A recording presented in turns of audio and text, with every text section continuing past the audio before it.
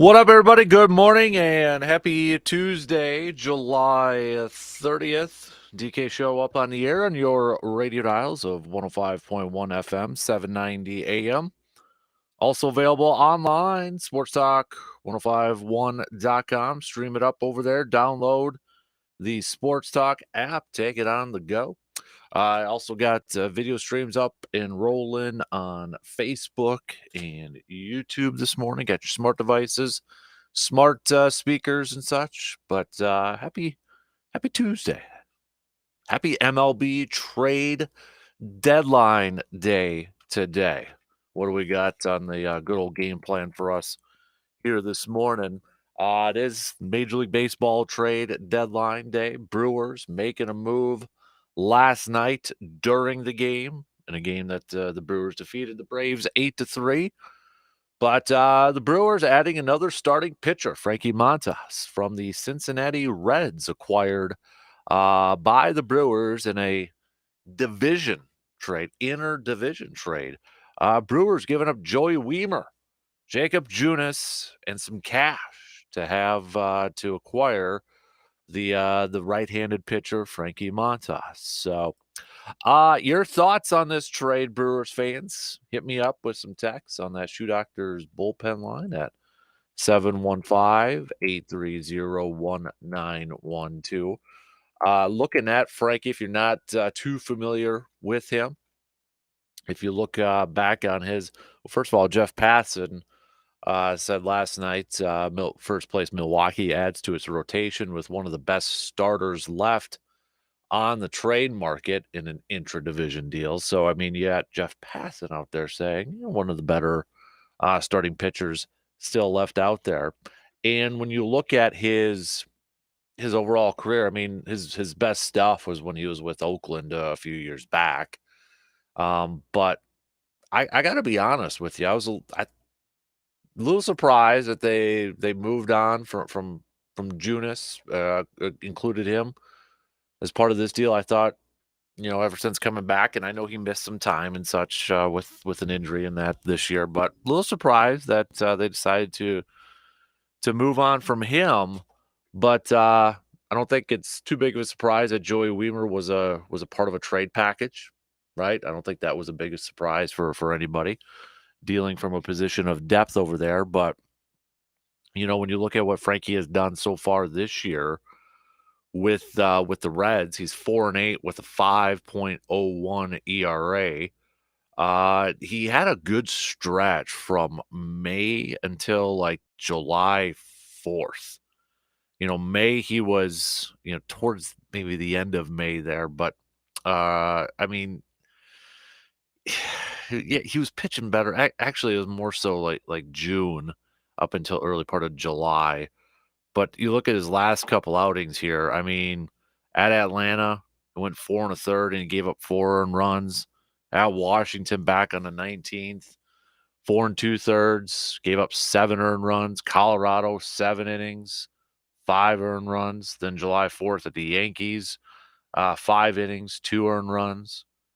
So again, it seems like it's a typical. I'm going to use a Brandon Berg analogy because I was texting with Brandon late last night after the deal. I wanted to get his opinion on it, and he used this analogy. But really pretty on the nose for the Brewers to go for the fixer-upper off of Craigslist instead of buying off the showroom floor at the dealership. I thought that summed it up perfectly. Our good buddy Brandon Berg over there. It's another trade acquisition from the Brewers where they're trying to maybe fix a guy or try to tap back into what they were when they were really good or when they were at their best and such. So I guess I view this as kind of like a shoulder shrug. I'm like, okay, Brewers are probably going to start their 17th different pitcher of the season now with this move. So I don't know. I part of me is like I hope it's not the only one. Big part of me is hoping that this isn't the only move that the Brewers make by tonight's deadline, 5 p.m. Tonight. But I guess we'll see. They got Mears. They've got now Frankie over here, so they've acquired a couple of pitchers. Devin Williams is obviously back. Now Trevor McGill, though, is on the injured list with a lower back issue. I appreciate Pat Murphy yesterday kind of calling it what it is. He said pretty on par for the Brewers right now. So I don't know. Does that change things? Do they look maybe for another bullpen arm after that? Or are they going to look for another bat, to have on the bench and such? But I want to hear from you, Brewers fans, on this trade deadline day. Okay, you got a first place team. You got a first place Milwaukee Brewers team right now. An offense that, even without Yelich, is probably, better than what we have seen from the last couple of years with this team. They're up 7 right now in the division over both Pittsburgh and St. Louis. 61-45. How aggressive do you want this team to be by the deadline tonight? And what else? What else do you want this team to go after? Do you want them to get more pitching? Do you want them to get another bat? You don't necessarily have to give me any names, but give me a position if you want offense. Are you looking for, maybe it's like, you know what, I'd love another left-handed power bat to kind of fill in for Christian Yelich or such. I mean, we've been seeing some moves these last couple of days from a boatload of teams out there. So what do you think is still the biggest need for this squad, given what is still available out there? All right. Let me know. Hit me up with the text 715 830-1912 on that Shoe Doctors bullpen line. Brewers did pick up an 8-3 win last night after being down a little bit. Orlando Arcia homering against his former team. But the Brewers, thanks to home runs from Willie Adames, Rhys Hoskins, and Jackson Chourio, able to put up 8 runs to pick up that W in game 1 of a 3-game series against the Braves, a team battling for a wild card spot, now kind of going back and forth with the Mets and such over there. But a good win last night for the crew. Colin Ray picking up the no decision. He went 5 1/3. Just 2 earned runs, only threw a little over 80 pitches too. I know when he was first pulled, I was like, oh, okay, is that a little bit early there? But Milner coming in, finishing it off. He actually gets credited with the win. Hobie Milner does. So, but I mean, you look at Willie Adames, 3 hits from him last night. Jackson Chourio, couple of hits. We talked about Rhys Hoskins yesterday, how it seems like he's kind of, getting in a little bit of a groove right now. Getting a little hot right now. Him and Willie kind of going back and forth. Who's going to be the home run leader for this team? So, I mean, you got these guys, these 3 individuals, kind of really stepping it up here in the absence of Christian Yelich. I mean, Jackson Chourio in his last 28 at-bats, 3 home runs, a 393 batting average, and he's slugging 786. The rookie. Really playing well from the plate so far. So, plenty of baseball talk coming at you this morning. Even if you're not a Brewers fan, maybe you're a Twins fan. Twins got shellacked last night, 15-2 by the Mets. But if you got some, kind of a wish list, or what do you think both these teams should do? Let me know. I'm curious. All right. Or if you're a Cubs fan, what do you want your team to do if there's anything left? Maybe you're like, you know what, I'm good now. Let's just stand pat. So we'll get to that coming up here in just a little bit. What else do we have on the docket here? No practice yesterday for the green and gold, but we'll hit that up here a little bit later on this morning. Chat a little football there.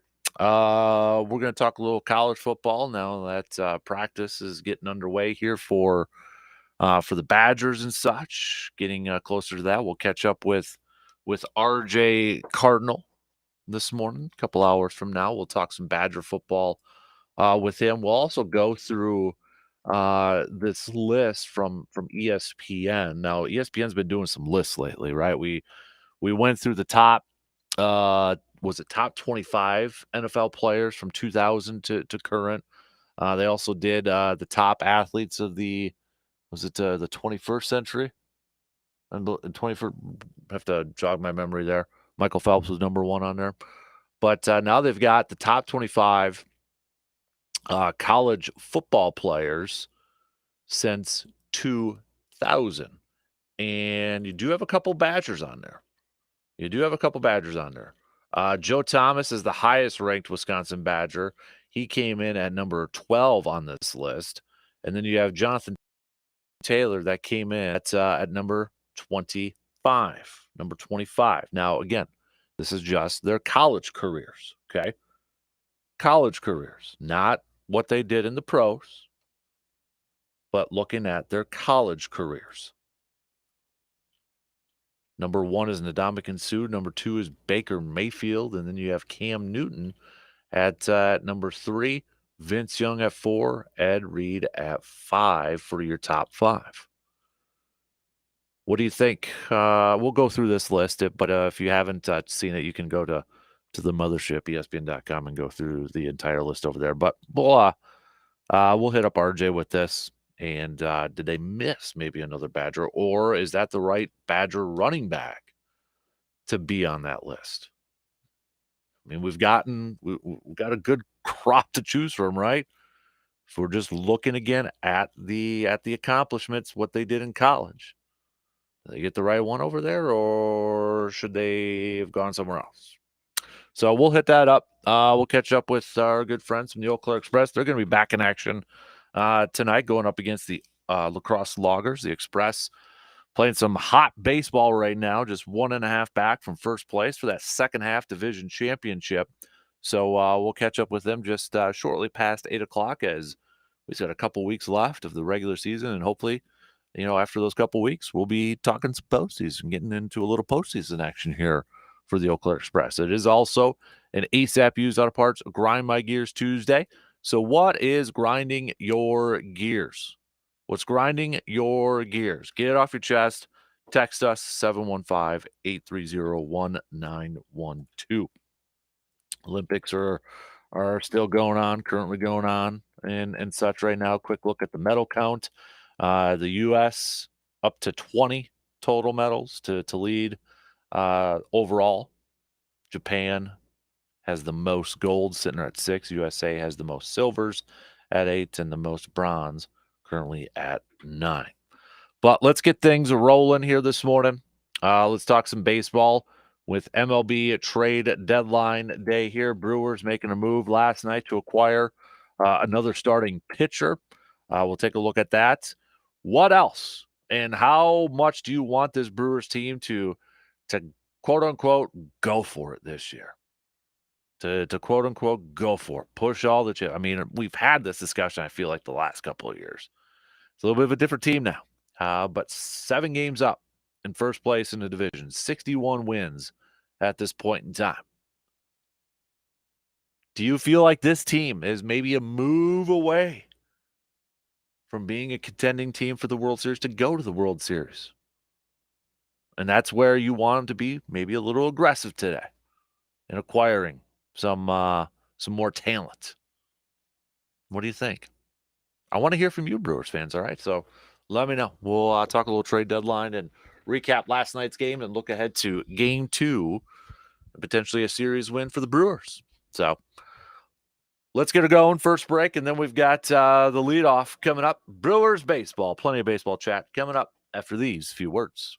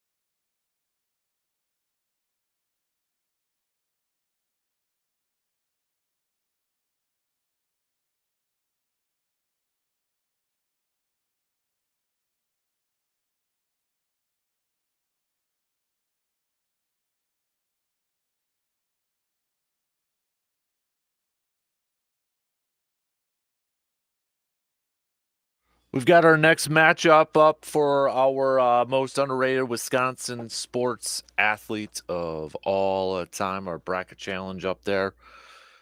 Should be a good one. Jim Gantner versus Ben Sheets. The winner will take on Giovanni Gallardo.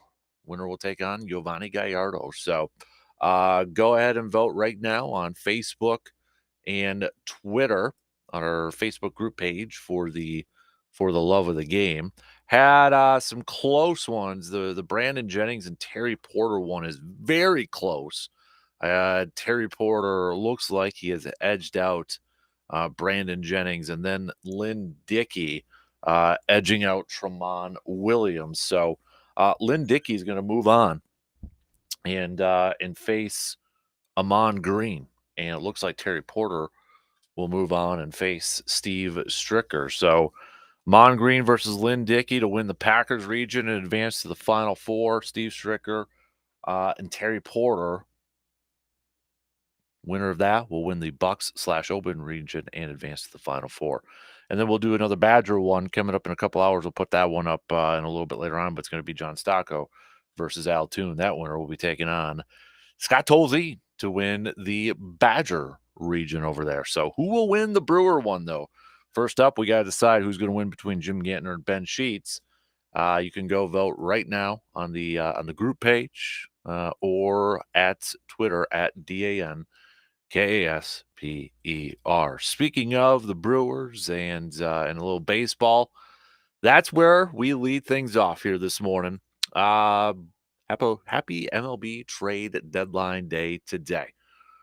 What would you like to see your team do? What would you like to see the Brewers do, if anything more than what they've already done? They acquired, Nick Mears a couple days ago to help bolster the bullpen, and now last night they've acquired Frankie Montas, the starting pitcher from the Cincinnati Reds. When you look at his overall lines and his overall numbers, not that impressive, but he had a stretch from May 29th to July 4th. He had a 3.72 ERA. But since then, he is 0-2. Since that July 4th, he is 0-2 with a 9.00 ERA against the Rockies, Nationals, and the Braves. I was reading a little bit from comments from his now former teammates and former manager, but they love him in terms of what he brings to the clubhouse, the personality, the leadership. David Bell said he wasn't even here very long, and he just became such a big part of our team. It's like we'll be missing a family member or close friend. Hunter Green saying his impact has been tremendous in such a short period of time with us. I actually shed a few tears, and I know I wasn't the only one. So, I mean, on that side, it seems like this is going to be a dude who's going to be a really, really good fit within the clubhouse.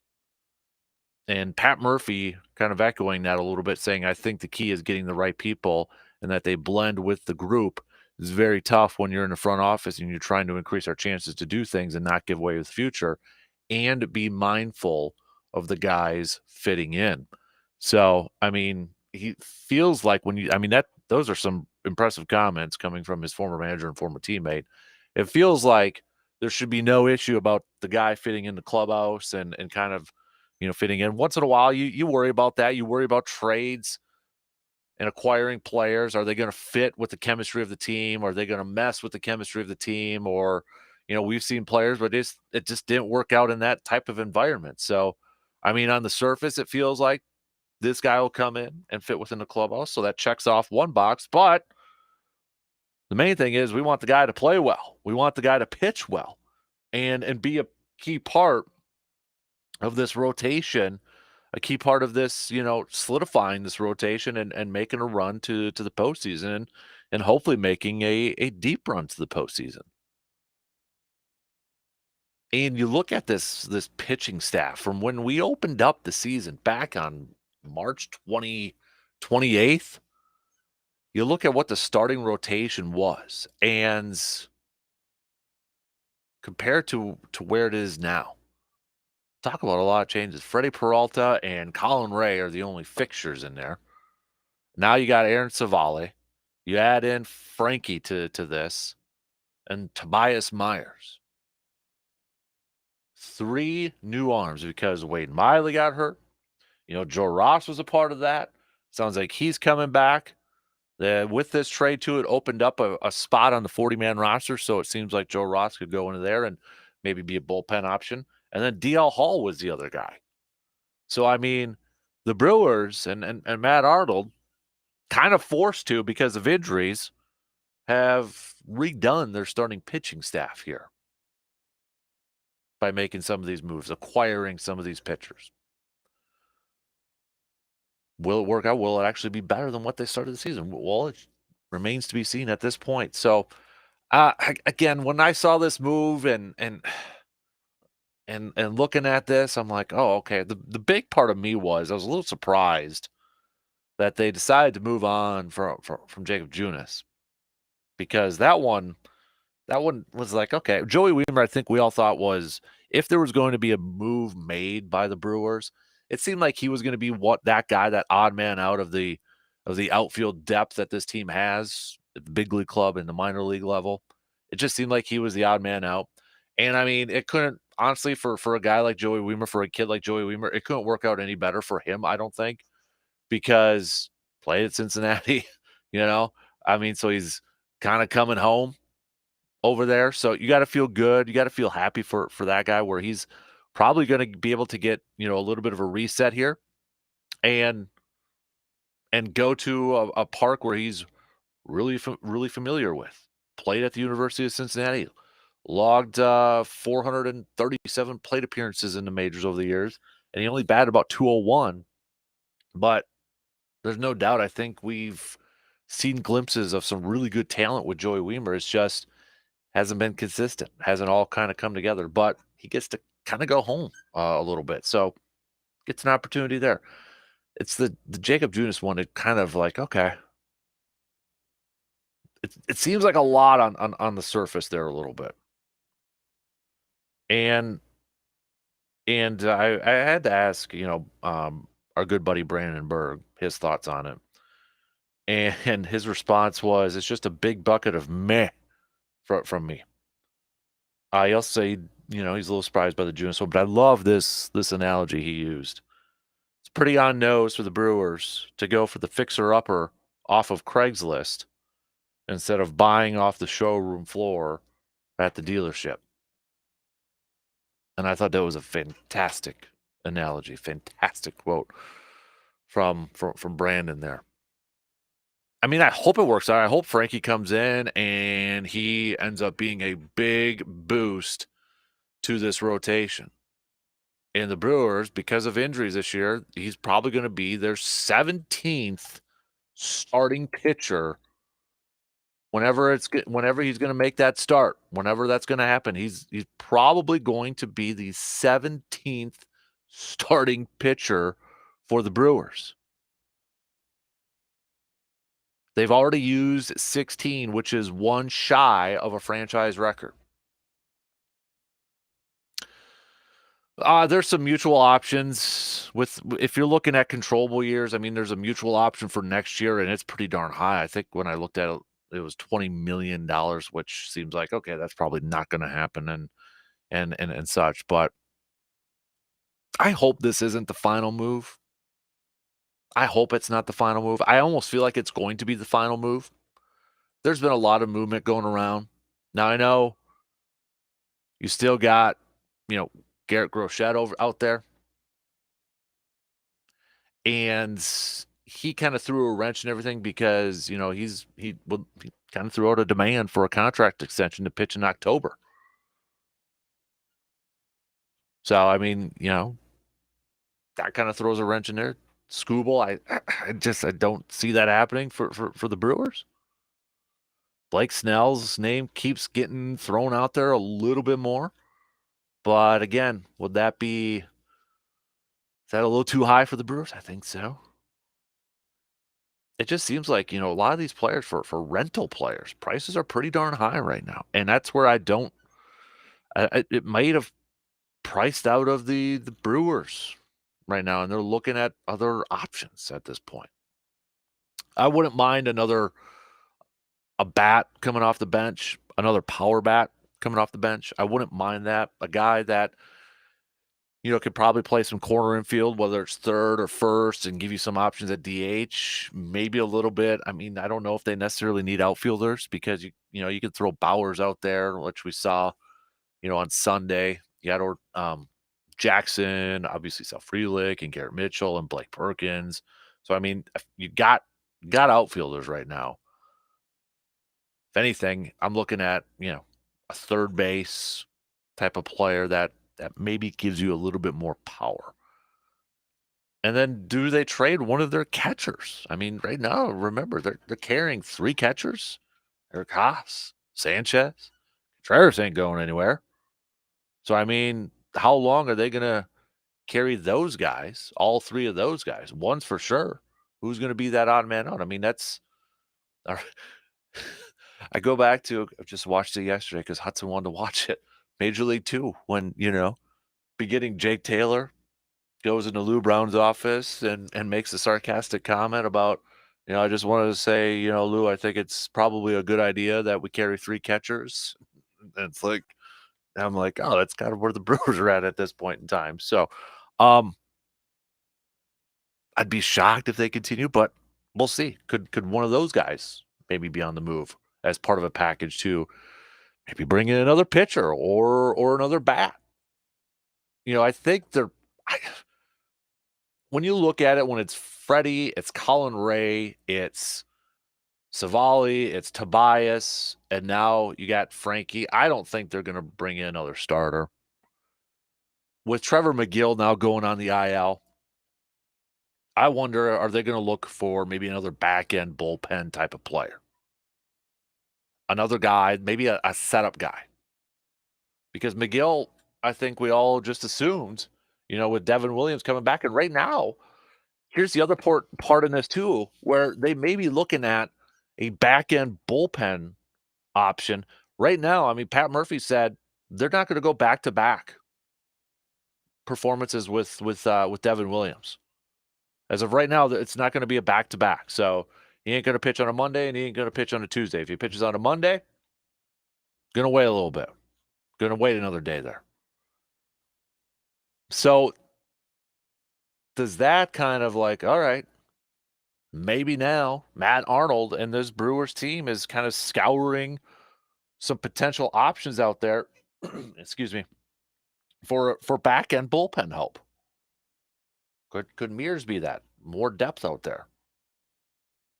I wouldn't be surprised. I honestly, I think you could take starter probably out of this equation and maybe add another bullpen guy, but a late inning bullpen guy, a guy that, maybe can fill in as in a closing situation or become your setup guy. And Pat Murphy had this to say about McGill yesterday too. Again, I love and appreciate Pat Murphy being open for the most part on a lot of stuff. But apparently Trevor McGill was dealing with back discomfort for a while, but the Brewers did not expect it to escalate to an IL stint. Quote, if I had that information, I wouldn't have put Devin Williams in there with a 4-run lead on Sunday, Pat Murphy said. But that's the way the cookie crumbles.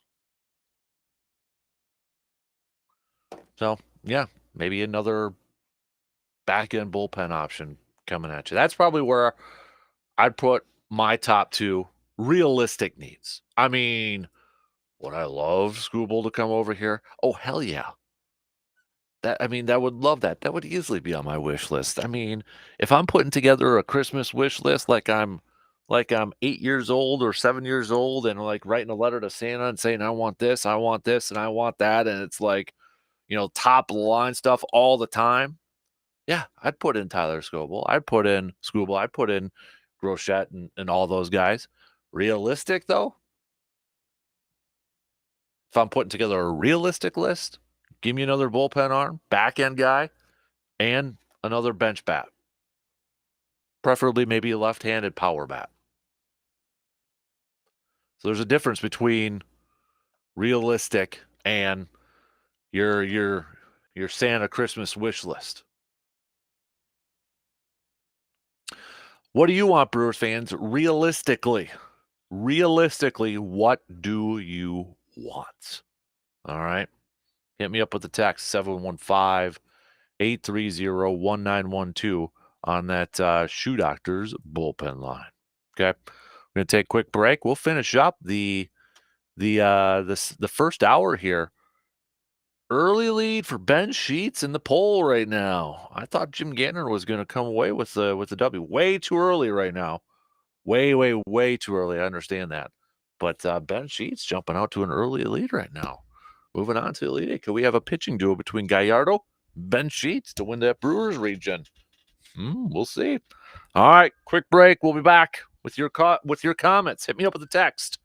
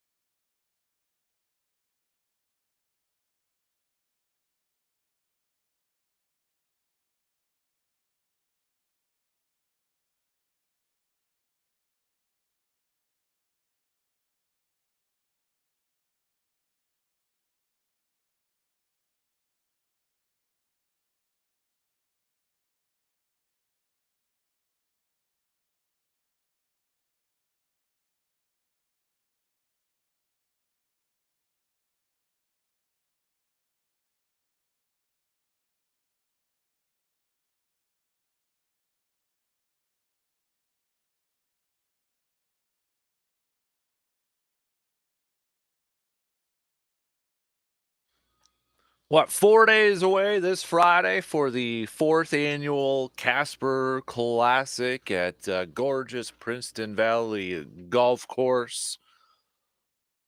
Can't believe it's already almost here, baby. Huge thanks again to all of you who have signed up to play, whether it's the 7:30 tee time, the 10 a.m. tee time, the 1:30 p.m. tee time, or you're just coming maybe to grab a Bloody Mary to help sports. Because remember, portions of the proceeds from Princeton Valley Golf Courses, Bloody Mary is going to go to Backyard Dreams too. But a huge thanks to all of our partners for this year. I feel like this is going to be the best year. I mean, we've got some awesome partners. Shout out again to Princeton Valley for hosting us. Our Champions Meal sponsors, Hy-Vee, going to be grilling out again this year. Big thanks to Hy-Vee, big time supporters as well. We've got our title belt sponsors, Resonance Branding Company. Got some sweet koozies everybody's going to be getting over there too. If you didn't see them on Facebook, you can check them out there. But a big thanks to Resonance for that. Also, we got to thank Gemco Surfaces, our putting green sponsors over there. We also have our beverage sponsors, Park Ridge Distributing. This thing's probably not possible with all the help from Park Ridge Distributing over there too. So big thanks to Park Ridge for their help over the years. Also, I mean, we got a bunch of other partners we want to thank over here too. We've got the green jacket sponsors, Muldoon's Menswear, going to be awarding a green jacket on Friday. Also, Carpet City Flooring Center has been with us every single year with Jason and his crew. Jason and his crew, they've been close every year to getting the title belts. Will they get it this year? Will Carpet City Flooring Center get the title belt this year? AJM Automotive Service, VFW Post 305, The Elbow Room, Doodah Gin, Edward Jones, Financial Advisor, Kelsey Nikolai, Hannah Sellner Agency, American Family Insurance, Shepke Chiropractic, Shoe Doctor, Service Master, Chippewa Valley, and Myron Construction. Shout out to everybody who donated prizes for our raffle, because that's how we make our funds for Backyard Dreams, is from these raffle prizes. The Packers, the Brewers, we got some tickets. This radio stations here are going to be donating for that Brewers Guardians game coming up on August 18th, which could be a really big game. Myron Construction has that cooler loaded up with some Bloody Mary supplies and some beef sticks and such. We've got VFW Post 305 prize pack. Luminary Wellness Center is going to be donating some gift cards for some cold plunges, cold tub plunges over there for some recovery. So that should be a cool one over there. Gemco Surfaces got a cheese board. We got a nice bottle of Victory Scotch. We've got some oil changes from AJM Automotive Service, Hy-Vee with some prize donations, Service Master Chippewa Valley with a sweet sports pack with including some sports cards on there. We've got that $500 Tilden Gun gift card, Spectrum Industries gaming chair over there, Park Ridge distributing, donating a golf bag. Chippewa River Industries is also donating a prize pack, and then Brandon's mom and Rocky also putting together a nice prize pack for us too. So big thanks everybody for all of the supports, all the support out there. Cannot wait for Friday. It's going to be awesome. And not only on Friday are we going to be golfing. Not only are we going to be golfing, we're going to be handing out 5, not 1, not 2, not 3, not 4, 5 donations from Backyard Dreams to some teams or individuals out there. So we're going to be handing those out Friday morning while we are doing the show. I mentioned we're going to be awarding our first ever green jacket, our Backyard Dreams green jacket. And then a couple other things we're going to be announcing throughout the morning while we are doing the show from the golf course at Princeton Valley on Friday. So you want to make sure you're tuning in. We will have the video stream up and rolling as well. So you're going to be able to check us out. I think we're going to do the show. I'm going to be checking it out. It's going to do the scouting. Usually we do it on the back deck. I'm going to see if we can do it out front, though, right next to the mobile man cave. Might just need a really long extension cord, but I think we can do it. So Couple texts to get to here. G-Man DK, way to go Brewers last night. Now we got a new player. I like the player. Crew have a 7-game lead now. I would like another bullpen player. Go Brewers, and August 2nd is coming up. Dave asks, is Ron Dane still the leading college rusher? I'm assuming you're asking based off that top 25 thing from ESPN. Well, to be fair, the top 25, remember, is from 2000 to current. So Ron Dane was drafted in 2000, so he wouldn't count. And I guess, I mean, technically the NCAA doesn't recognize Ron Dane as leading rusher, although that's another debate, which I think all of us Badger fans would disagree with the NCAA's listing over there. But technically, they got Pumphrey from San Diego State over there because they counted bowl games, which that's a grind my gears Tuesday in itself right there. Surveyor Sam, good morning, DK. You know what grinds my gears? That's not Friday. I swear this is the longest week of my life, and it's only Tuesday. I just want Friday to be here so I can crush the competition. The belt is coming home with me this year. Team Surveyor will be crushing the ball, hitting fairways, and sinking putts. It's on like King Kong playing ping pong in Hong Kong. I can't wait to see everyone on Friday. C-Bomb saying, hate to see Weimer go, but we knew it had to be a young, promising player to get a real pitcher. I like the move. So, good stuff. Good text right away this morning. Keep them coming. A couple more to get to here. Jim saying, I'm not quite sure on this pitcher from the Reds. Hopefully, he can kind of improve to what apparently he has been pitching like in his last few outings with a contending team now. Another texter saying, I hope the Brewers aren't done. I would like another bullpen arm with McGill's injury and the fact that Devin Williams cannot pitch back-to-back days yet. More bullpen arms, the better. Question from another texter. This is from Eric. Who do you think in-house could be that setup guy with Trevor McGill out for a while? Maybe Obi Milner? I'm trying to, Piguero, Elvis over there. I mean, the maybe one of those two guys, Hudson, when he comes back. But then Hudson's and I'm not comparing him to the guy, but I mean, Hudson was kind of like the Josh Hader role of 2018, where you could bring him in the 6th or the 7th inning, and then obviously he developed into a closer now. But maybe Hudson is one of those guys too. So, I mean, they got a couple of options now. Remember, Hudson's also on the injured list here for a little bit, but from all signs out there, it doesn't seem like it's going to be a long stint on the injured list. So, I mean, yeah, they do have a couple of options in house, but hey, I want to be greedy on this. All right, I want to be greedy, and if they can get some more help in that bullpen, they can just get more help on the team overall. I'm for it. I am 100% for it. So, do you think that they will trade Willie Adames by today? A texter asks. That's from Craig. No, I don't. Willie was actually asked about it a little bit yesterday after the game. He said, he feels like he's going to be here. Front office team hasn't said anything to him and such. I mean, you're in a first place team. You got Willie Adames, who is one of your top power bats within this lineup. No, you don't move that man. You do not move that man. You want to talk about having such a huge hit within the clubhouse and being a team leader? No, you don't move on from that guy. Not at all. Yeah, you probably won't have him next year. He'll earn that big old new contract, and good for him. But man, you don't move on from him this year. No. So, what else do we got? A couple more texts here. This one is from, Matt here saying, I would like to see another pitcher, whether it's a rotation guy or a bullpen guy.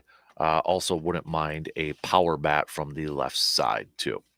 All right, keep your thoughts coming. Hit us up with a text. What do you want to see the Brewers do by the trade deadline today? Morgan, good morning. And countdown is on. Are you getting nervous about the classic on Friday? What would I have to be nervous about? Well, from the sounds of it, Surveyor Sam is bringing the on like Donkey Kong in Hong Kong, which that's a whole nother level of on Surveyor Sam is I love the guy, but he's a lot of hype. bark and no bite. Are you sure?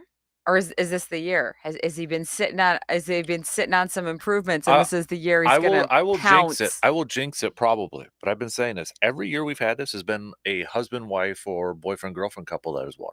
Oh, it's been a couples game. Yeah. Okay, so Yep. you should get 2 coats. You should get Mhm. 2 green coats then. Well, Pass it on. it's the title belts. Yeah. So they each get one, so they don't have to argue about that. Now, who do you have repeat winners? Nope. And we won't this year How do you know? because the defending champ can't make it. So Oh, so just by circumstance. Do you yeah. have somebody slated? Like if we were gonna say we're gonna play the books under Yeah. the table, do you have somebody you'd put your money on right now? Yeah, me. Of course. Other than you? Um, I mean the odds are pretty long. Uh-huh. Uh-huh. Yeesh. Have you Yeah. been out practicing? I know your goal was to golf more this summer. Are I've you not going in golfed cold? more. I'm trying to get some more practice. I'm actually under the weather a little bit. Yeah, It's like death, taxes, and events coming up. I either get sick before or after. everybody is. Yeah. Everybody now either is themselves feeling like Mhm. kind of a pile of junk or knows somebody who's sick right now. Yeah. Yeah. I So think Veronica blames it for me pulling weeds in the driveway, trying to make the driveway look nice. did it work? Did you get your I driveway? think it looks awesome. Are you sure you don't have allergies I then? think it's just something in my throat. So you're saying you feel a little verklempt, so if your game's off, that's why? I like the phrasing right there. Thank Feeling you. a little verklempt. Yep, Okay. I like Sounds that. to me like you're setting the stage in case you No, suck a big one. no, I'm not gonna be that way. It sounds like you are. No. If I lose it, it's because of my own accord and I sucked. Who are No you bringing in for excuses. your partner? Beer man Josh. Oh. It's just a tradition. We've done it every year. So So he's gonna stay on Mhm. the roster as your sidekick. He's well, I got to carry him. yeah, but he's My great. driver's on right now. Great guy no matter what, even if you're not trying to win the game, because everywhere he goes, he brings beer. There's nobody that's not happy to see Yeah. that guy when he walks into a I room. will say my driver is on. Yeah, on point. And it looks like the Yeah, weather's I mean, if I wanted to really like bring in a ringer, I could probably ask my old golf coach to come. You're gonna dig deep into the archives? Mhm. Now, does he still swing the clubs? Yeah, he tried to qualify for the U.S. Senior Open last year, Well, that would be quite the ringer. and he tried qualifying for the state amateur this year too. So you think Hudson's gonna start throwing clubs too, or is he gonna stick to the diamond right now? We're getting ready for football. We got practice in a couple weeks. So he's trading in the bat. He's a season by season guy. Okay, but what about golf? Because that's a whole He's nother. got his own clubs once in a while. Are So you watching the Olympics at all then? once in a while. What are you into right now? Because I mean, obviously golf's not for everybody, and there are Yeah. some sports right now. Like I get it, men's gymnastics is impressive, but do you know anybody that digs into the Olympics? Not hardcore. Okay. Not hardcore. Because like they're doing I thought it was breakdancing, but apparently it's called breaking now. Oh You gotta call yeah. it breaking. So they're doing that. How do you judge that? That's what bugs me is like, how do you judge that? Or esports? How do you judge that? You know what I mean? I get Yeah. that there's a high score and stuff like that, or Mhm. dun, dun, dun, dun, dun, dun, you rescue the princess or you don't. But the things that seem more subjective, like Mhm. that, I'm curious where they scored it too. Yeah, And at that level, everything gets so complicated. I agree. Well, that and the Casper Classic coming up on Fridays, Uh equal pressure.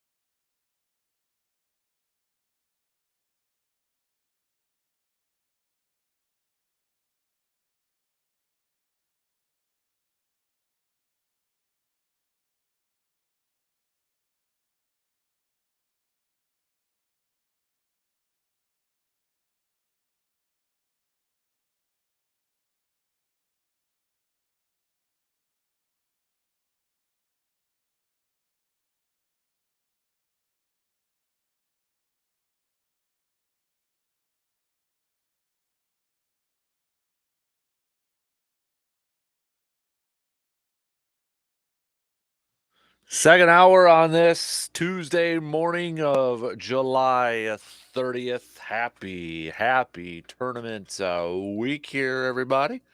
DK Show up on the air right now.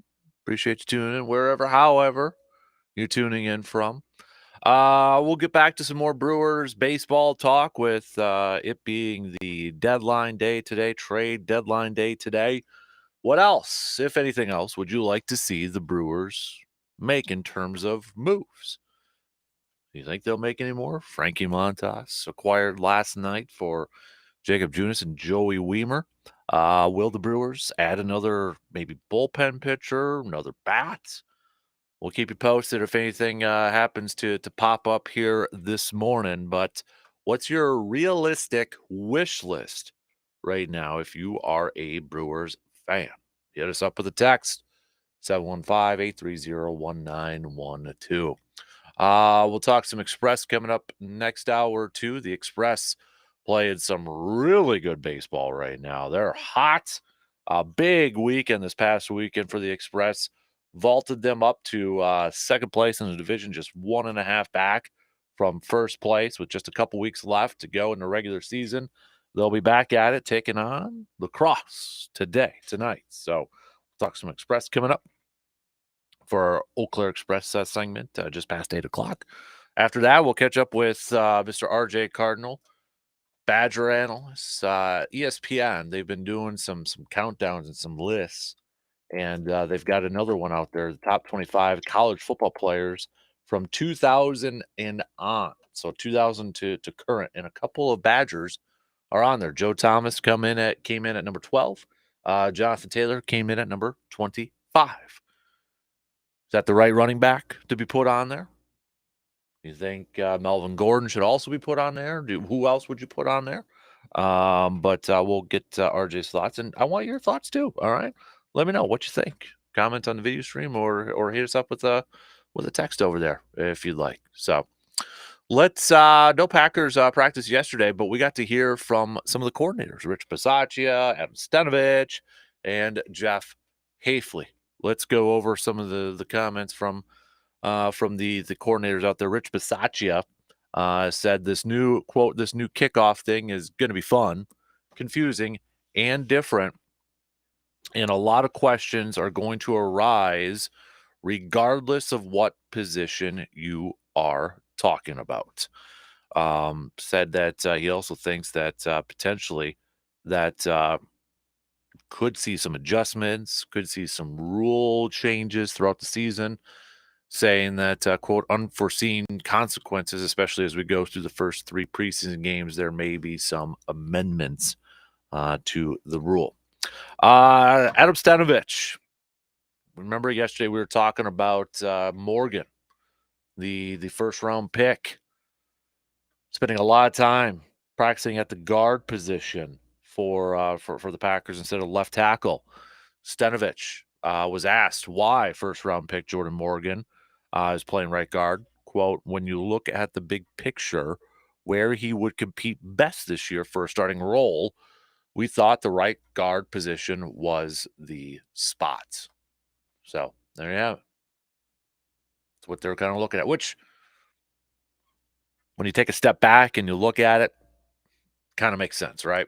So, and then he was asked about Jeff Hafley's scheme. Some of the big differences, last couple of years as offensive coordinator, he's been going up against or practicing and working with Joe Barry style of defense. More Packers fans are probably going to like this quote from Steno, but he said that one of the noticeable differences is, quote, more defensive backs in the box and less shell. Shell was a big word used last year with frustration amongst Packers fans. He said they also play with a real edge. Couple quotes then from Jeff Hafley. I think everybody's favorite coach right now. His Q rating has got to be through the roof. He said, "This is a shout out to you, Packers fans. I love you, Packers fans." Said he was surprised when he left Lambeau Field around 9 p.m. the other night, and there were still fans tailgating in the parking lot long after practice had ended. He said training camp mornings feel like game day mornings. Preach to the choir there, man. I think a lot of us know that feeling and would agree with that. Cheers to that. Cheers to that. A couple quotes though. He said that Quay Walker, I think you're going to see a confidence in him. He's having fun. He's playing fast. And it seems like Rashawn Gary has taken a big step in terms of the leadership. Now, Rashawn Gary last year, I think we started to see him develop into a vocal leader, trying to take that role on.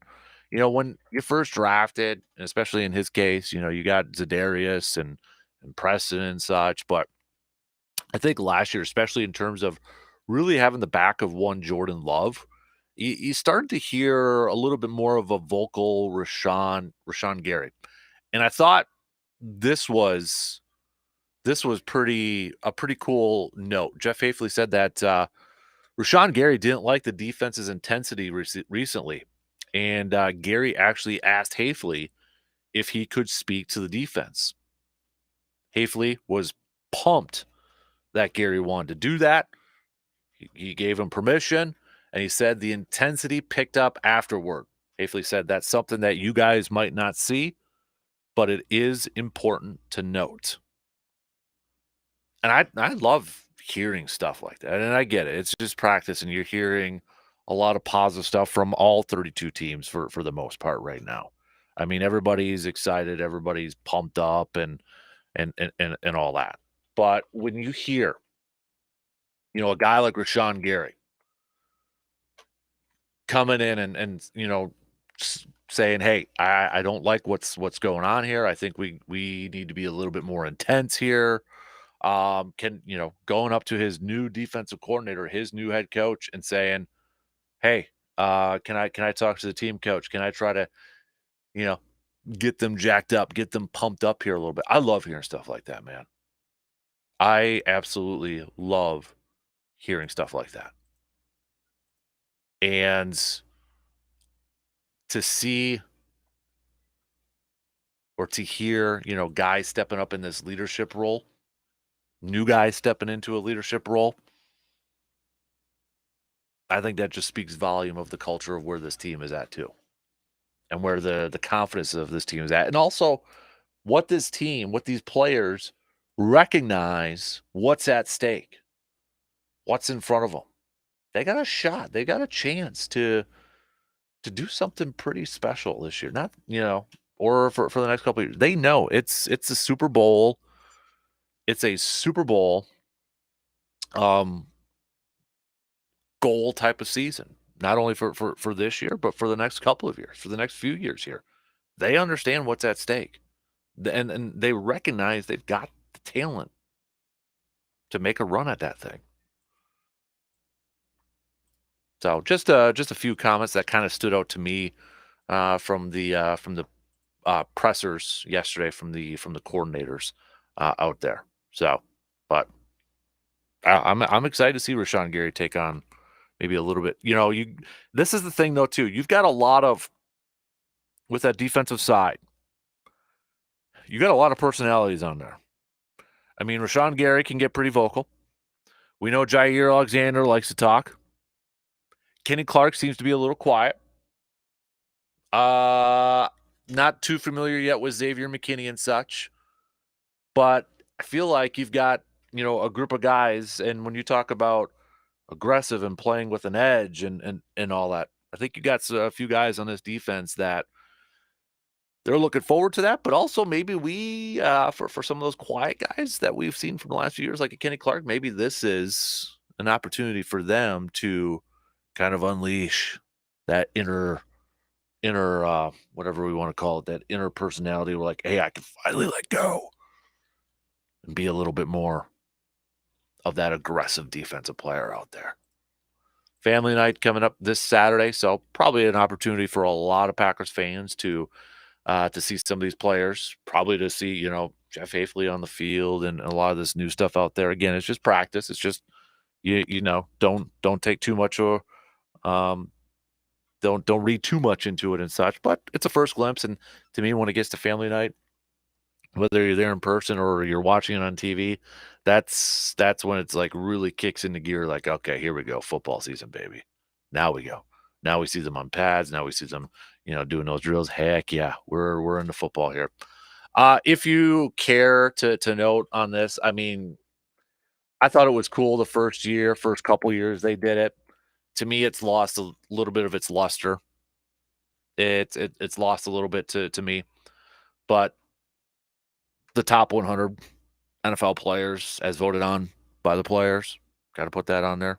Jordan Love, number 34, made the appearance on the list, his first appearance out there. So there you have it, Jordan Love making it into the top 40 again, as voted on by the players. So, oh, I also wanted to throw this one out there too.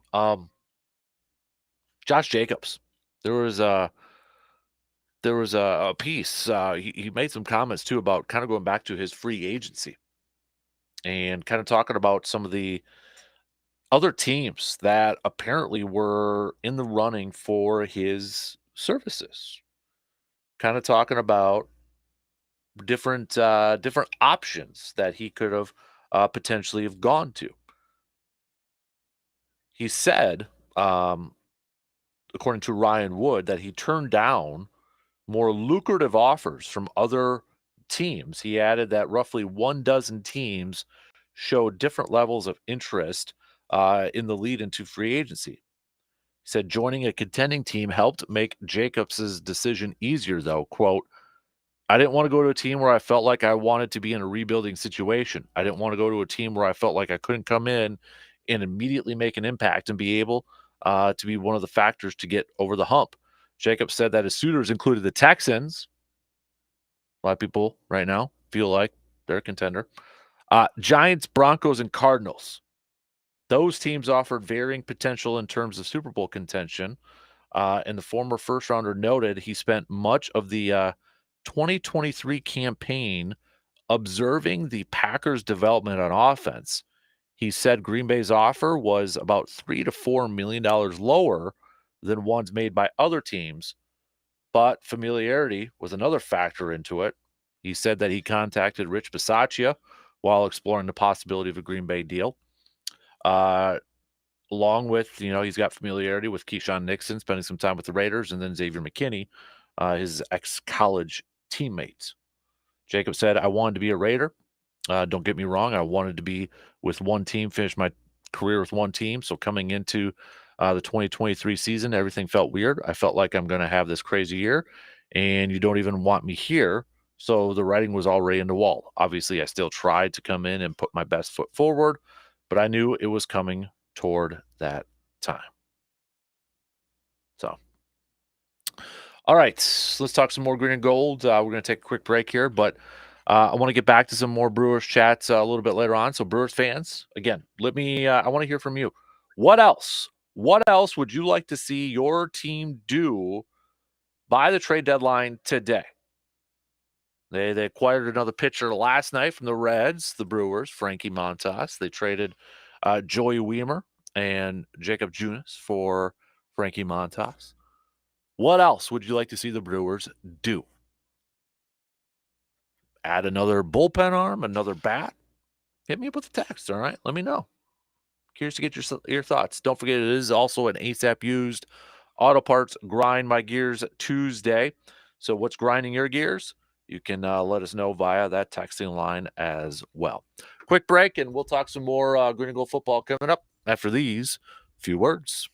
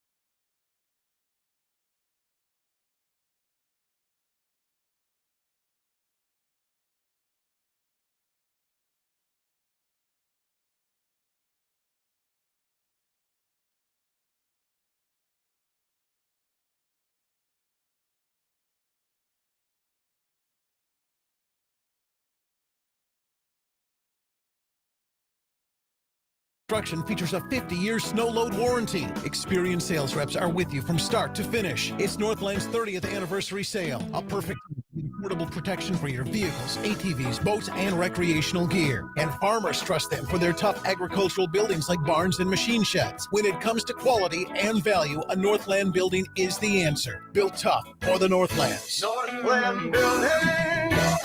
The weather has been warmer and you've been outside taking advantage of this nice weather. And maybe you thought you still had one more year left to play in that softball league again, but then you realized you don't. Those aches and pains are back. So it's time to visit Chippewa Valley Orthopedics and Sports Medicine. Chippewa Valley Orthopedics and Sports Medicine will help treat your aches and pains so you can live that pain-free and healthy life. Schedule your appointment at Chippewa Valley Orthopedics and Sports Medicine by visiting cvosm.com. Life hack number 7. Get an iPhone 12 on Straight Talk. Life hack. Here's how it works. You walk into Walmart, go to the electronics section, ask for iPhone 12 with 5G and a dual camera system, and select a new Silver Unlimited plan. They'll smile because it's a good plan. You get real unlimited data all for just $20 a month for the whole first year. Get it at Walmart or StraightTalk.com. Straight Talk. Less dollars, more sense. Taxes and fees apply. Requires activation of iPhone 12 and a new Silver Unlimited plan or higher end auto pay enrollment. $25 a month service credit applied for up to 12 months if eligibility requirements are met. For network management practices, visit StraightTalk.com.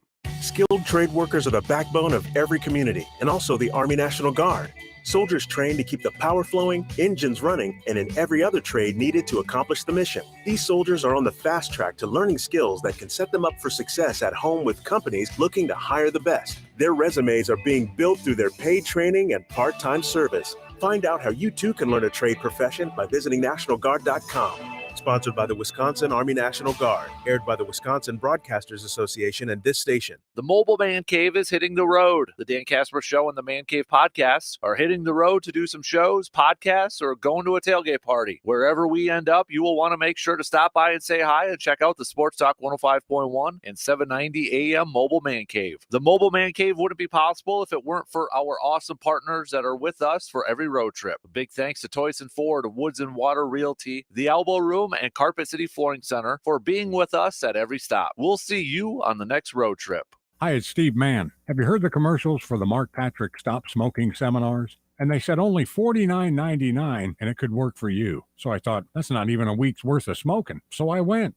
And guess what? It did work for me. You know, my friends and family are still amazed. I quit smoking. I didn't have cravings, anxiety, or weight gain. Listen, I don't know how it works, but I know it works because I'm living proof and it's 100% guaranteed. So what do you got to lose? I'll tell you what you got to lose. A very bad habit. Join Mark Patrick's seminars and stop smoking now without cravings, irritability, weight gain, or your money back. The early bird special is only $49.99 guaranteed. Hypnosis designed to work without anxiety, irritability, or weight gain. Early bird special, only $49.99 to become a non-smoker. The seminar is Sunday, August 18th at the Best Western Plus Eau Claire Conference Center in Eau Claire. Stop smoking seminars at 2 p.m. Weight loss seminar is at 11 a.m. You can sign up now at markpatrickseminars.com. At University of Maryland Global Campus, we give our students credit where credit is due. Credit for deciding in the middle of rush hour traffic to go back and get their bachelor's and a promotion. Credit for managing 3 kids, 2 dogs, and a full-time job to pursue an MBA. And credit for serving in the military by day so they can study cybersecurity at night. For over 75 years, we've been helping students receive the credit they deserve. With more than 135 degrees and certificates, students at UMGC can use prior learning or relevant experience to earn up to 90 credits toward a bachelor's, and graduate students can transfer up to 12 credits toward their master's.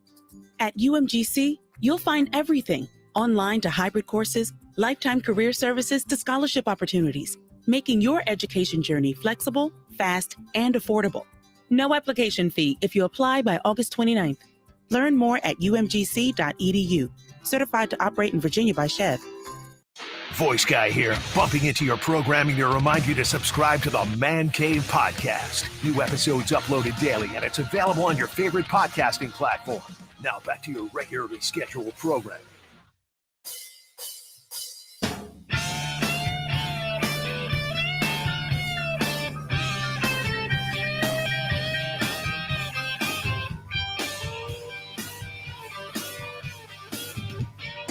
We are very excited to be helping out, partnering up with Big Brothers, Big Sisters of Northwestern Wisconsin. And we want to help get the message. Hey, we got some kiddos that could use some bigs. Yeah, be a positive role model in a child's life. Just head to bbbsnw.org and you can be one of those positive influences in a child's life. I mean, just speaking from personal from a personal side of things, I was one, didn't grow up with single parents, no brothers or sisters, and no dad and such, and I know the importance of having positive role models in your life and such. And that's what Big Brothers Big Sisters of Northwestern Wisconsin is trying to do. And we've got some kiddos that are on that waiting list looking for a match, looking for a big. So it's super simple. You just gotta dedicate maybe about an hour or so a week. And again, just head to bbbsnw.org and they will match you with a kiddo with same personality, same interests, all that good stuff. Plus, want to note they also have their golf outing next Friday, and it's a really cool one too.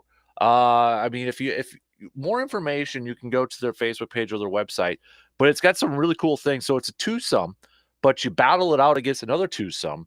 And like if you lose a hole, you may lose a club until you win it back on another hole. So it's got some really cool rules and it's different. And I like that. So you want to sign up. That's going to be at Hickory Hills next Friday for your twosome.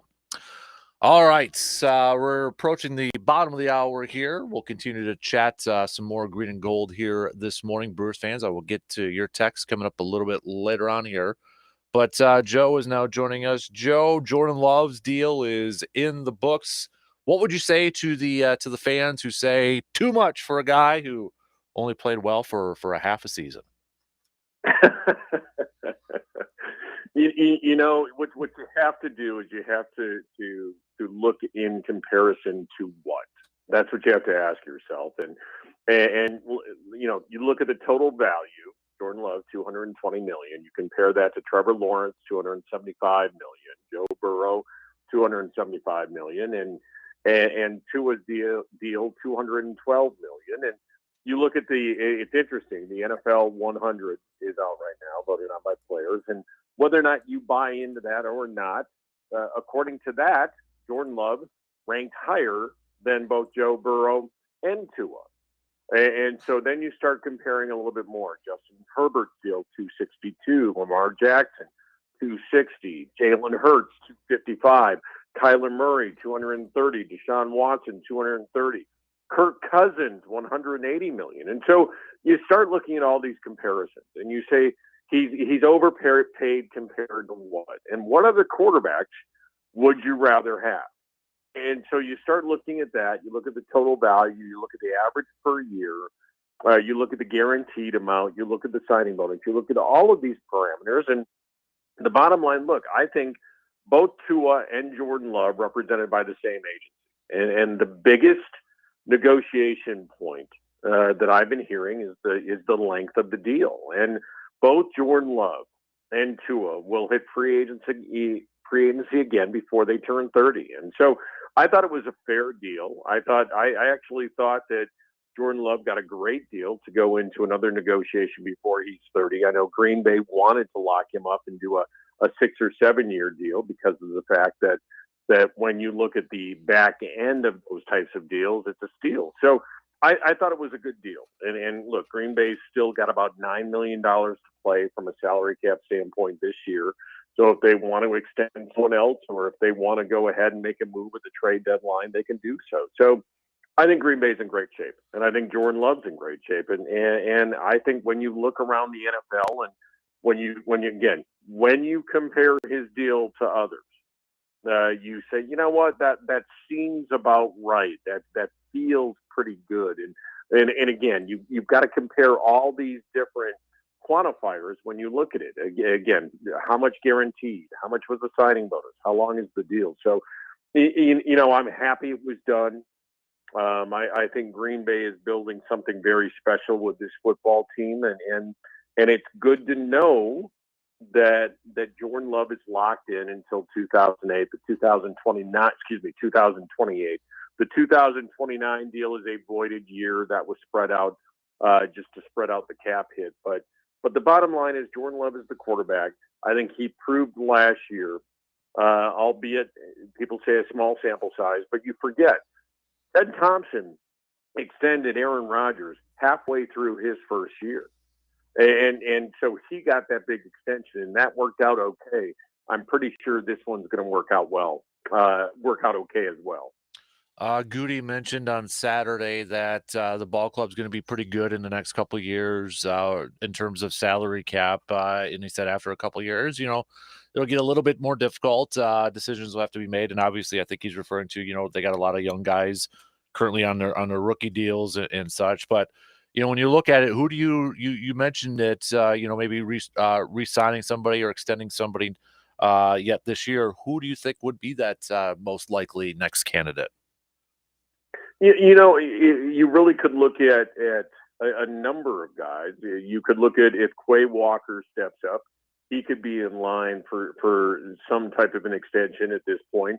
You look at the receiving core, if one of them makes that move, and they could do that too. So yeah, there's a lot of different ways that you could look for this, and you can look at what players are going to be up for those extensions first and foremost. But the other thing with the captain is, let's say that they end up with about $7 million and they don't extend anyone, and let's say they don't make a move at the trade deadline.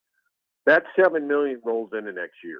So it's not a use it or lose it type of situation. And with the cap going up significantly this year and expected to go up significantly next year, that's not a bad thing to let this thing play out, take your 7, 8, 9 million, whatever it ends up to be, and move that into next year's cap. So I think Green Bay is in a really good shape. And when you look at Jordan Love's contract, yeah, his cap numbers are doable over the next several years. It's that last year where it accelerates.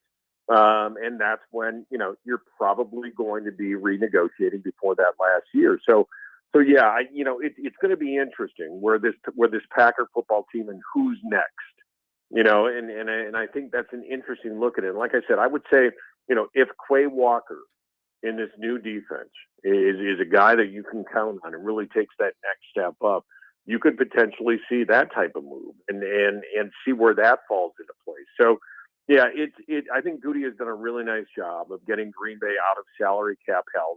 And I want to also say Russ Ball is a big part of that.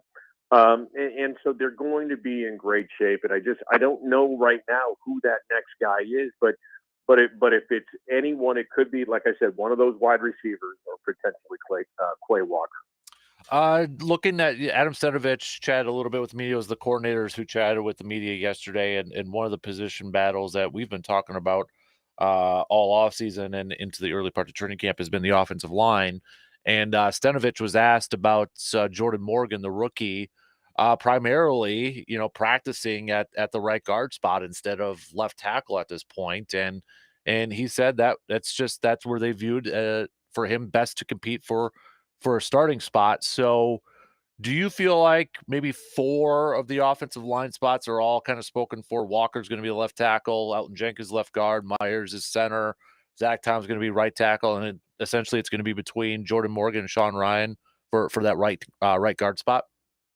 Yeah, absolutely. And right now it seems to be that Jordan Morgan, if he's going to get on the field, it is going to be that right guard spot.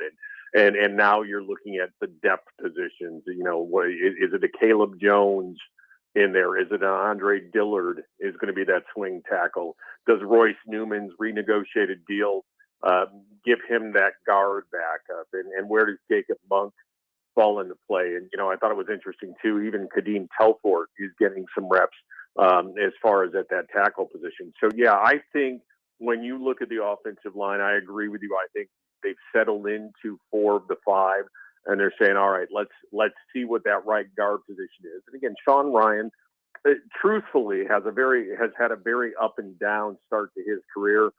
Didn't see the field his rookie year, and then of course was suspended for violation of the NFL drug policy.